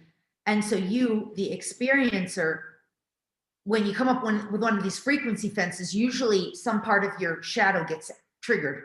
Yeah. You meaning all of us. And so that, you know, in that moment, there's judgment, or there's anger, or there's accusation, or some lower energy, right? Some kind of experience that's going to be like the old version. And then the frequency fence is usually on the other side of the frequency fence. You're there, some better version of yourself, higher, clear, pure, more loving, more enlightened version of yourself, right? And usually there's another person here or experience that's holding the light, saying, hey, here we are. But you got to get through this frequency fence. And if you're going to hold on to that judgment or that anger or that resentment or that blame or that victim or whatever it is, that point of view, you can hang out there, but I'm not going there because I'm already on the other side of this frequency fence. I'm already in the light on this particular issue or this particular. And so you, whoever you are, which could be any of us, has to make a conscious choice. Do I want to hold on to this judgment? Do I want to hold on? Do I want to make this person wrong, blame them, shame them? Do I want to try to control this outcome? And you see, it happens so fast. It happens in an instant. So most times you miss it. Yeah. It's only if you're conscious enough to reflect on it and say, okay, I'm willing to look at that shadow in me that had that little game. This is the frequency fence. This is where you get to say, where am I going to go? What am I going to do? What am I going to choose? And, you know, even like judging yourself could be one of them. Oh, I'm going to love myself. How do I love myself through this? Always will get you through the frequency fence to up level is some form of grace and humility. I'm sorry. That's why Ho'opono works. Ho'oponopono will work well. Yeah, it does. That's a form of grace, humility, love combined. Ho'oponopono your way through those challenging times, moments. Forgiveness, self-forgiveness, compassion. Those are those frequencies that get you through the frequency fences. And then when you grace, if you don't know, call on divine grace and get humble. I don't know what I don't know. A prayer always works really well in those moments. And then you find yourself on the other side of the frequency fence. You don't even realize, you're like, oh, light bulb moment. Yeah. Right? Oh, I get it now. I see what I didn't see. And we're starting to have more and more moments like that. We're starting to have more and more moments like that. We're going to have a few moments where we fall back into the old patterns and the old paradigm, and that's okay. But those times when you actually make it to the other side, it's like, oh yeah, awesome, great. So you're going to have more and more of that. And you know, celebrate those. Because I mean, It's an ebb and flow. It's always an ebb and flow. Yeah. Yeah. Ebb and flow. Yeah. So it's all good. It's all good. All right. I think one other thing too is that one of the things I just love the best, I will say, is the whole DNA thing, because we mentioned this earlier, but I've been working with the DNA now for, 20 years, I would say. And that's part of my storyline of when I was living in Maui and I kind of hit my rock bottom and I moved to Maui. I became a dog trainer. I started working with my gifts. I started becoming telepathic and hearing the dogs and learning animal communication, utilizing it. And then I was getting into all the healing arts, and I had what I call a first contact experience with my star. I call my star family race. That's when my earliest, what I would say, dormant DNA started to get activated, which we all have. I don't know if you can hear her pulling on this. I'm going to pick her up again because she's at the time. She's ready for playtime. Mm-hmm. Anyway, when I started working with the DNA and activating the dormant DNA, I realized more and more how, the greatest stuff is coded within us. It doesn't have to all be hard. We're talking about it because we're doing our best to help people navigate the challenge points and how you go through it and what's going on. But all of our gifts are in our DNA. And that is, if you're willing to go to the shadow again for a moment, that's what the tests are with the nose. Mm-hmm. And the thing up the nose, they get to capture DNA. So the DNA is it's like the gift of the Magi, right? It's your greatest gift to yourself. And it is sort of your, it's just your greatest gifts are in your DNA. I'm saying you, but I mean all of us. So mm-hmm. When we start working with what's been dormant in the DNA, the dormant codes, one of the most important codes that we have in there, which is dormant, it's just been dormant, it's just been deactivated. It's like a blueprint in the DNA waiting to be reactivated, is the code of the original divine blueprint for humans. Mm-hmm. So because we've had a sort of a negative alien race, more than one race, secretly controlling our human physical earthly reality, and nobody has known about this. We're getting really feisty now. Ow, that's feisty, honey. She's like, it's enough, huh? That just be good. So we didn't know that, and they have basically really messed with the DNA. Mm-hmm. They've used different systems to do that. So, for example, most humans are very unaware that the original divine blueprint for the human body embodiment, and this is in animals too, is for perfect and ideal health. It doesn't include aging, but aging is another thing because that's linked into time and linear time. Mm-hmm. It doesn't include disease. So that has to be reactivated in every human and ideally animal too. For the original divine blueprint. Also, for example, codes of immunity. I referenced those earlier.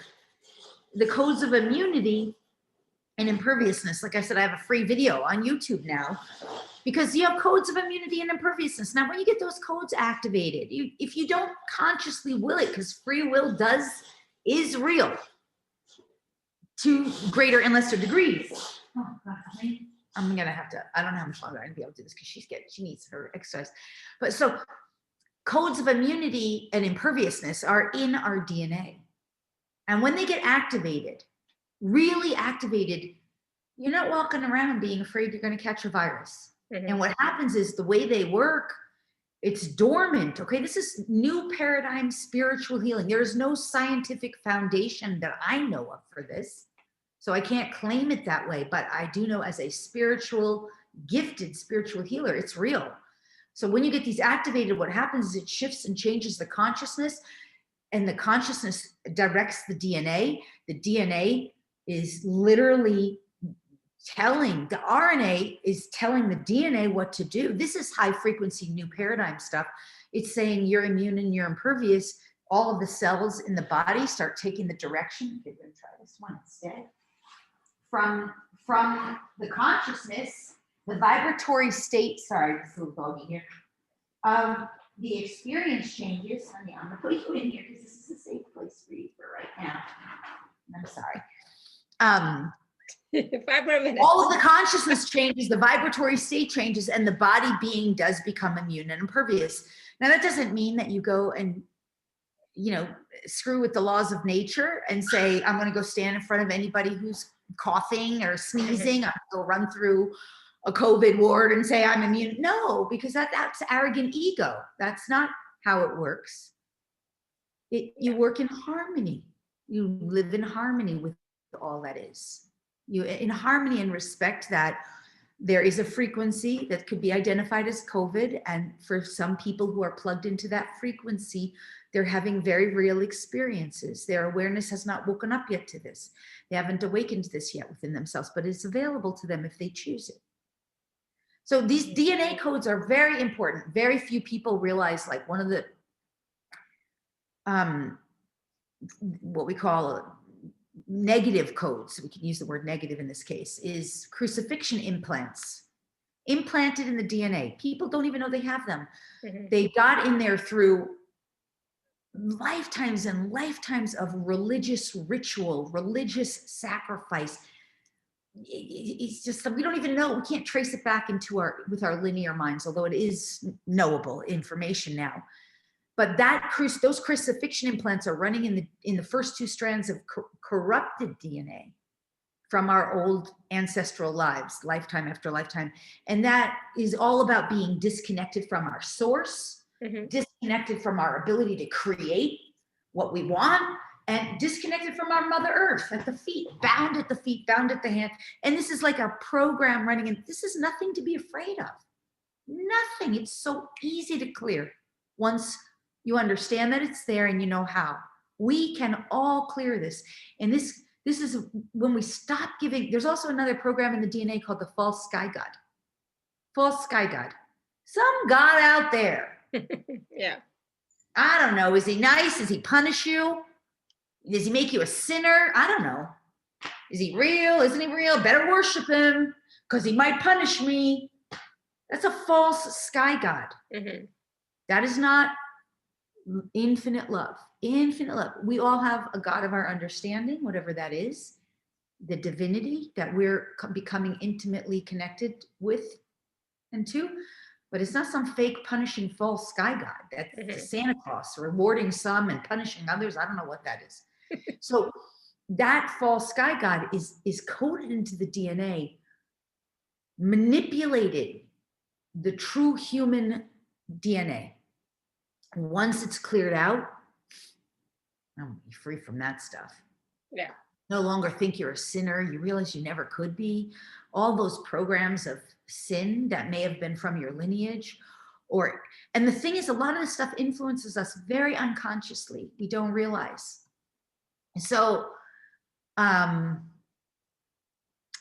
anyway, I can go on and on about these codes. There's the first 2 strands of codes, like any and all forms of disease, are typically corrupted DNA in the first 2 strands, right? I call them corrupted because it's not the truth of who we are becoming and evolving into. Mm-hmm. We have to clear that out. And then, of course, all the genetics are just the stories that we took on from our lineage, from our ancestors, from generation to generation to generation.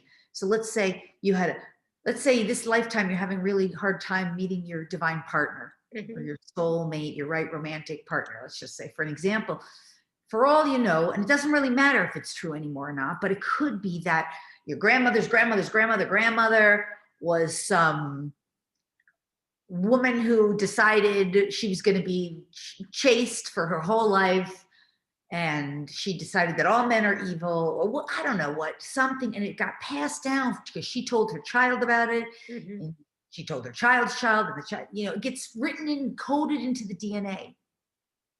Genetic programming, false programming, not even mm-hmm. true. You can totally change it, right?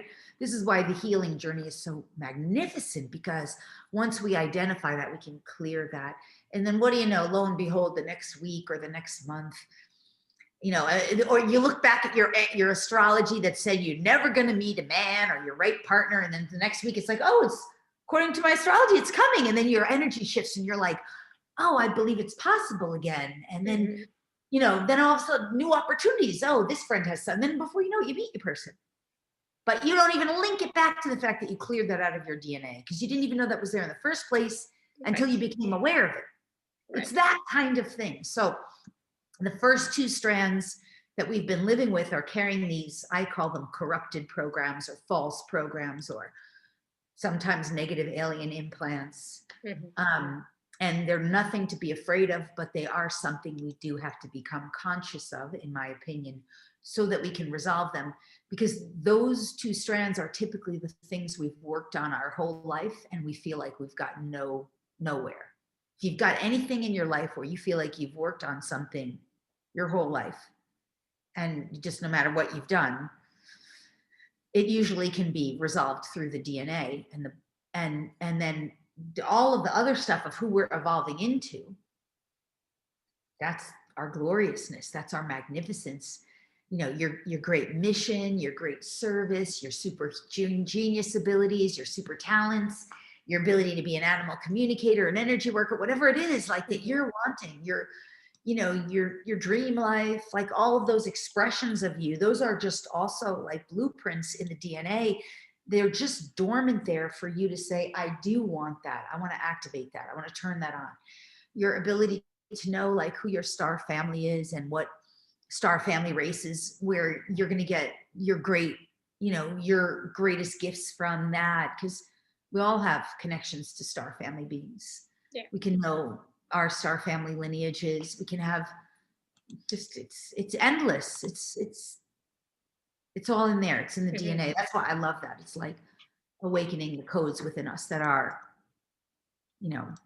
our brilliance, our magnificence, our greatness. And I just say one other thing. It's not like a pill, right? The old paradigm, take a pill, call me in the morning, you'll feel better with an aspirin. Won't really fix it, but it'll band-aid it long enough so you can forget that it was there until some point in the future when you have to face it.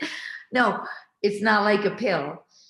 It's, it's an evolving process. It's an evolutionary process. So yeah, there is no magic pill. There's no one pill is going to fix everything in your life. You really have to throw that out the window. That does not exist. So right now, what Lori was talking about with regarding to the DNA is what's available for you in the package that Lori is offering this time around: the dormant DNA activations with sacred key code activations and star code marking activations. Right. So this is available for you at alara.at/show/Lori2. And the thing is, this is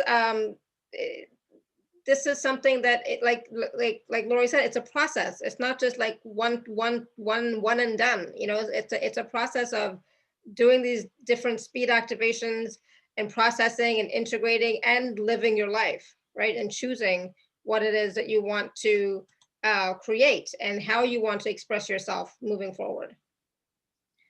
Yeah, I mean, I think what's really great about the DNA package that I'm offering here today for those who are wanting to do more and learn more about this and awaken more of the dormant DNA and clear more of that shadow DNA is that the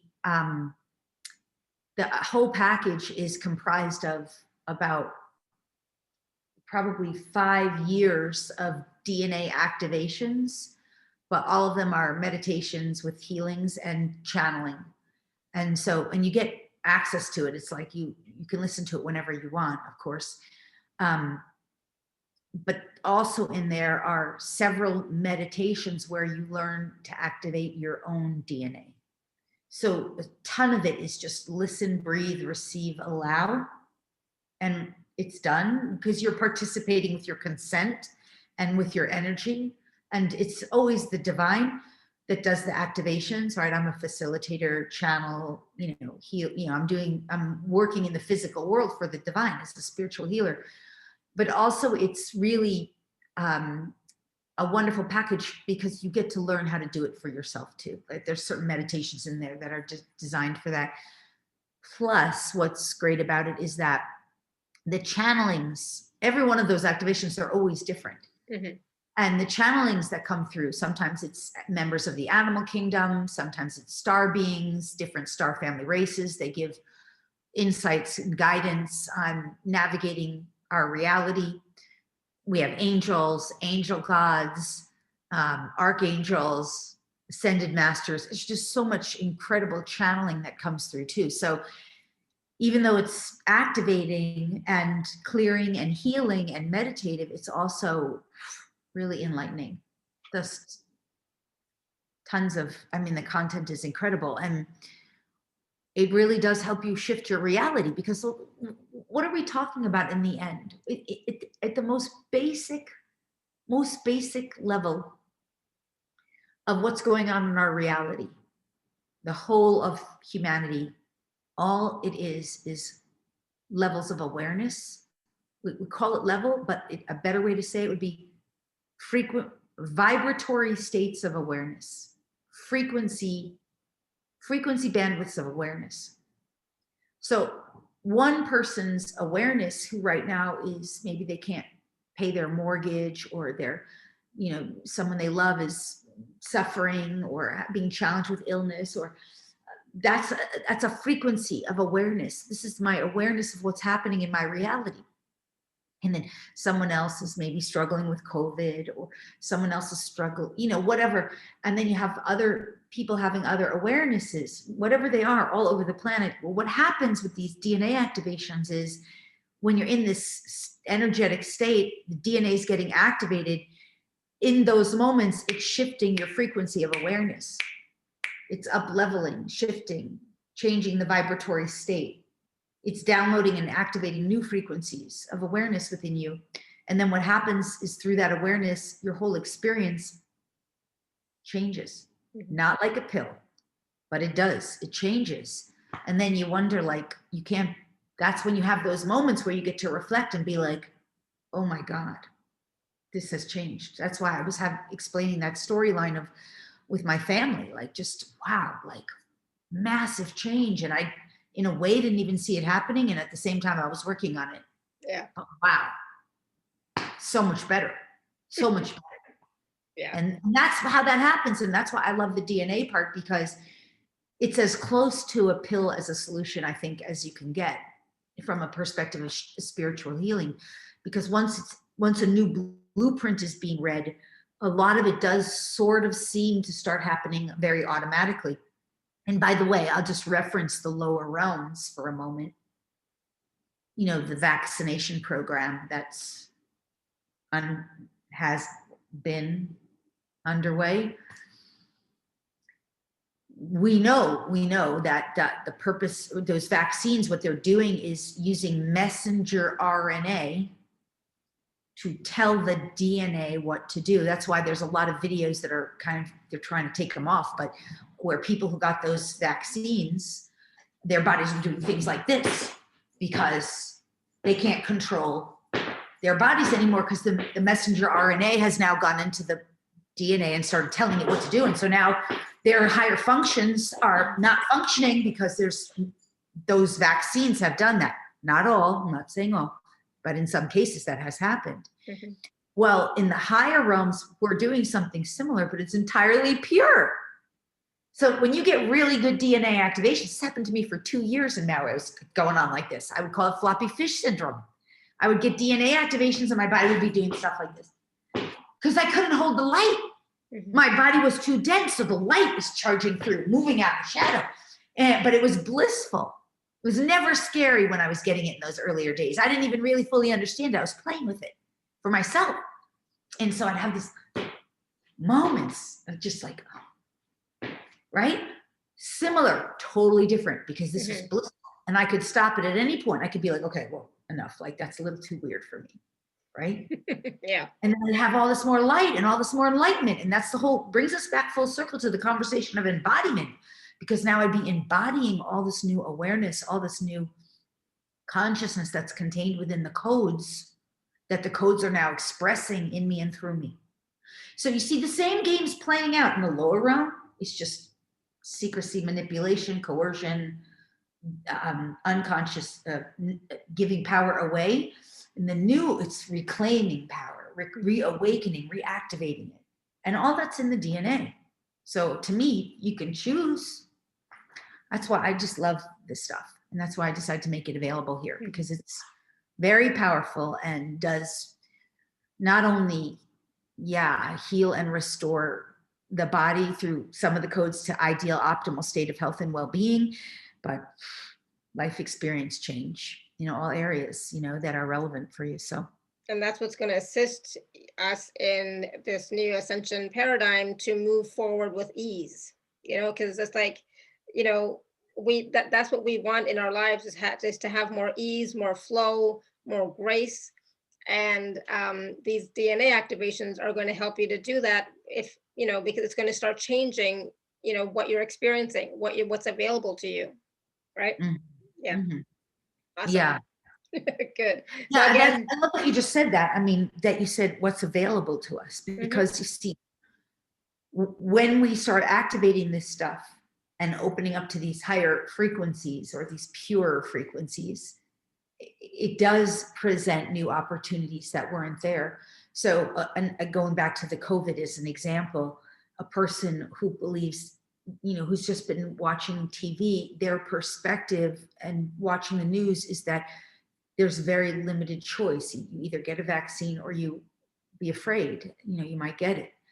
But when we start opening to these potentials, the quantum field of infinite potential and the divinity that is within us, the divinity says, they're up leveling. There's much more available here. This is an old game of limitation and lack. This is a new game of limitless potential. And the limitless potential is all based in love, joy, happiness. It's based in these frequencies. So yes, more potential opens to us, more positive, desirable potential in all areas of our lives. And I do share my story, especially this past year, as an example, because I packed up, moved across country. I never had any lockdown in my life. Mm-hmm. I didn't have any of those issues. I ran a sold out retreat in Arkansas where we were digging with crystals and playing with crystals and having a fabulous time. Everybody fell in love with everybody. And I'll be doing that again this year. I mean, I traveled from Florida all the way up to South Dakota and then all the way across to Sedona. Well, I guess people were having an experience of lockdown. Mm-hmm. I was eating out and having a great time. And that stuff is available to us. It's just, I wasn't playing that old game. I was already in these new frequency bandwidths. And that's why I teach what I teach. I'm just providing an opportunity. It's up to everybody else if whatever anyone wants to choose. And that's the thing. It's you're sharing what was available to you, and that is also available to us if we choose it. And also what's available to everybody is what's for your most benevolent best. Yeah. Your best trajectory. But it is up to each person to choose it. And absolutely. I do know so much of that is really stored in the DNA. It's like this whole concept that, that you just, everything's there. The brilliance and magnificence of God's brilliance, God's mm-hmm. divine brilliance, is that your holy grail, the holy grail of you, each of it, every one of us, that is entirely unique and individual to each and every one of us. It's in our DNA. Mm-hmm. No ifs, ands, or buts about that. Yeah. Beautiful. And it's even so much more than the DNA, but the DNA unlocks the key codes to unlock it and awaken it all. So that's what I want to say about that. So that is available. And do you want to say that website link again for that? Yeah, so it's alara.at/show/Lori2. Awesome. And do we have to say a code for them to get the discount on that, or is it on there? And when they click on the link, it is there. It is renew DNA is the code to use. Right. And so they're saving 33% on the normal. Yeah. So it just, look at that page, see all the different activations that are available to you. And 1 second, do you want me to write in it there? Copy, 1 second. Paste. There you go. And again, the code is... typing that in, I'll say one other thing. In those DNA activation calls, when you listen to them, you'll see how you can include your animals, because as long as they're your animals, you're legally responsible for them, and therefore there's contracts and agreements that they can get any activations that you get, which helps the animals, and also if you have children under the age of 17. And so it's a great way to also really help your children and your animals, because you see, the divine is working, of course, with your free will consent, but it's also working with, you know, the universal laws are in there. You'll hear and see in the meditations how we use the laws. So when the laws are saying, well, by law, in your physical reality, when you have a child under the age of 17, you are responsible for them as their guardian. Therefore, if you consent, your child under the age of 17, you have the legal right to consent that your child gets this too. So therefore, you're helping your children. Same with your animals. And if you're a foster parent, a legal foster parent, that is also included. It does, you hear it in the meditations. It's a great way to help those you love, who maybe are too young or can't consent for themselves. The other thing too is, we work in a lot of those calls with what we call the bloodlines, which is your ancestors. It's all orchestrated by the laws and by the divine. So you hear me translating it because I'm a channel and a translator, but it's so beautiful and pure. And it's a wonderful way to, I mean, my parents are a great example. They have no idea that in a conscious way that I do this stuff, but my father is over 80. He's still jogging every day. My mother's over 80. She's still playing tennis every day. Wow. They're living incredibly healthy, happy, fulfilling lives. And I have clients who in fact, one of my clients just the other day, she said the same thing. She was like, I don't understand. My mom's doing so great. She's not on the ascension. And I'm like, well, you've been doing DNA activations with me for 10 years. Do you think that that's having an effect on her? Absolutely. And she said, oh, totally. Yeah. It does. It does. It's part of, when we're working with the laws of the universe, what's so amazing is that we have the capacity to help the whole of humanity when we're working in alignment with the divine. So it's so also why I love the DNA stuff so much, because it's so powerful, because we're working with the quantum field, with the divine, and we're serving humanity at the same time. It's really amazing. I love it. Beautiful. I think you guys all will too. Yeah, absolutely. So again, the link is in the chat. Again, it's alara.at/show/Lori2. And the coupon code is Renew DNA. So please do check it out, take advantage of it. And this is, you know, one tool, one resource. I mean, there's like hours and hours of content and meditations and activations and speed activations in there. But this is something that you'll be able to use over and over again to assist yourself and your family and your pets, your children and your pets. Absolutely. So why not? And, you know, like Lori said, this may be one of those things that actually is a magic pill, because we always say there's no pill, but maybe this might be it, you know. So it's close, but it's, yeah, there's no magic, but it is. Yeah. All I can say is working with the divine, to me, is the only way these days. Working with the divine. Absolutely. Yeah. So connect to yourself, see what, you know, choose for yourself what you'd like, you know, and start to focus on what the 5D, what the new ascension paradigm looks like for you, and start moving towards that. It's possible, you know, so just that's, it's possible. So we're proving that to everybody every day, you know, so yeah, you don't have to. The code gives them a 33% savings, which is awesome, over and above what's on my website. Yeah. So awesome. Thank you. All right. So you guys, thank you so much to everybody who's been here, and thank you for sharing. It's a really great group. We have a lot of people. You need to go play with your puppy. Oh my goodness, we've been depriving her of puppy. Her in her bed space. So yeah, I'm going to give her some good exercise. And thank you so much, Alara, for having me again. And Oh, thank you. This was brilliant. I loved it. Thank you together. so much. Yeah, Yeah. this was fun. Awesome. I love you guys. Thank you so much, everyone, for being here, for your questions, comments, and feedback. Thank you, thank you, thank you. And until next time, may you continue to be blessed with an abundance of joy, peace, love, happiness, prosperity, and radiant health. Sending you all much love and blessings always. Bye for now. Bye. Bye.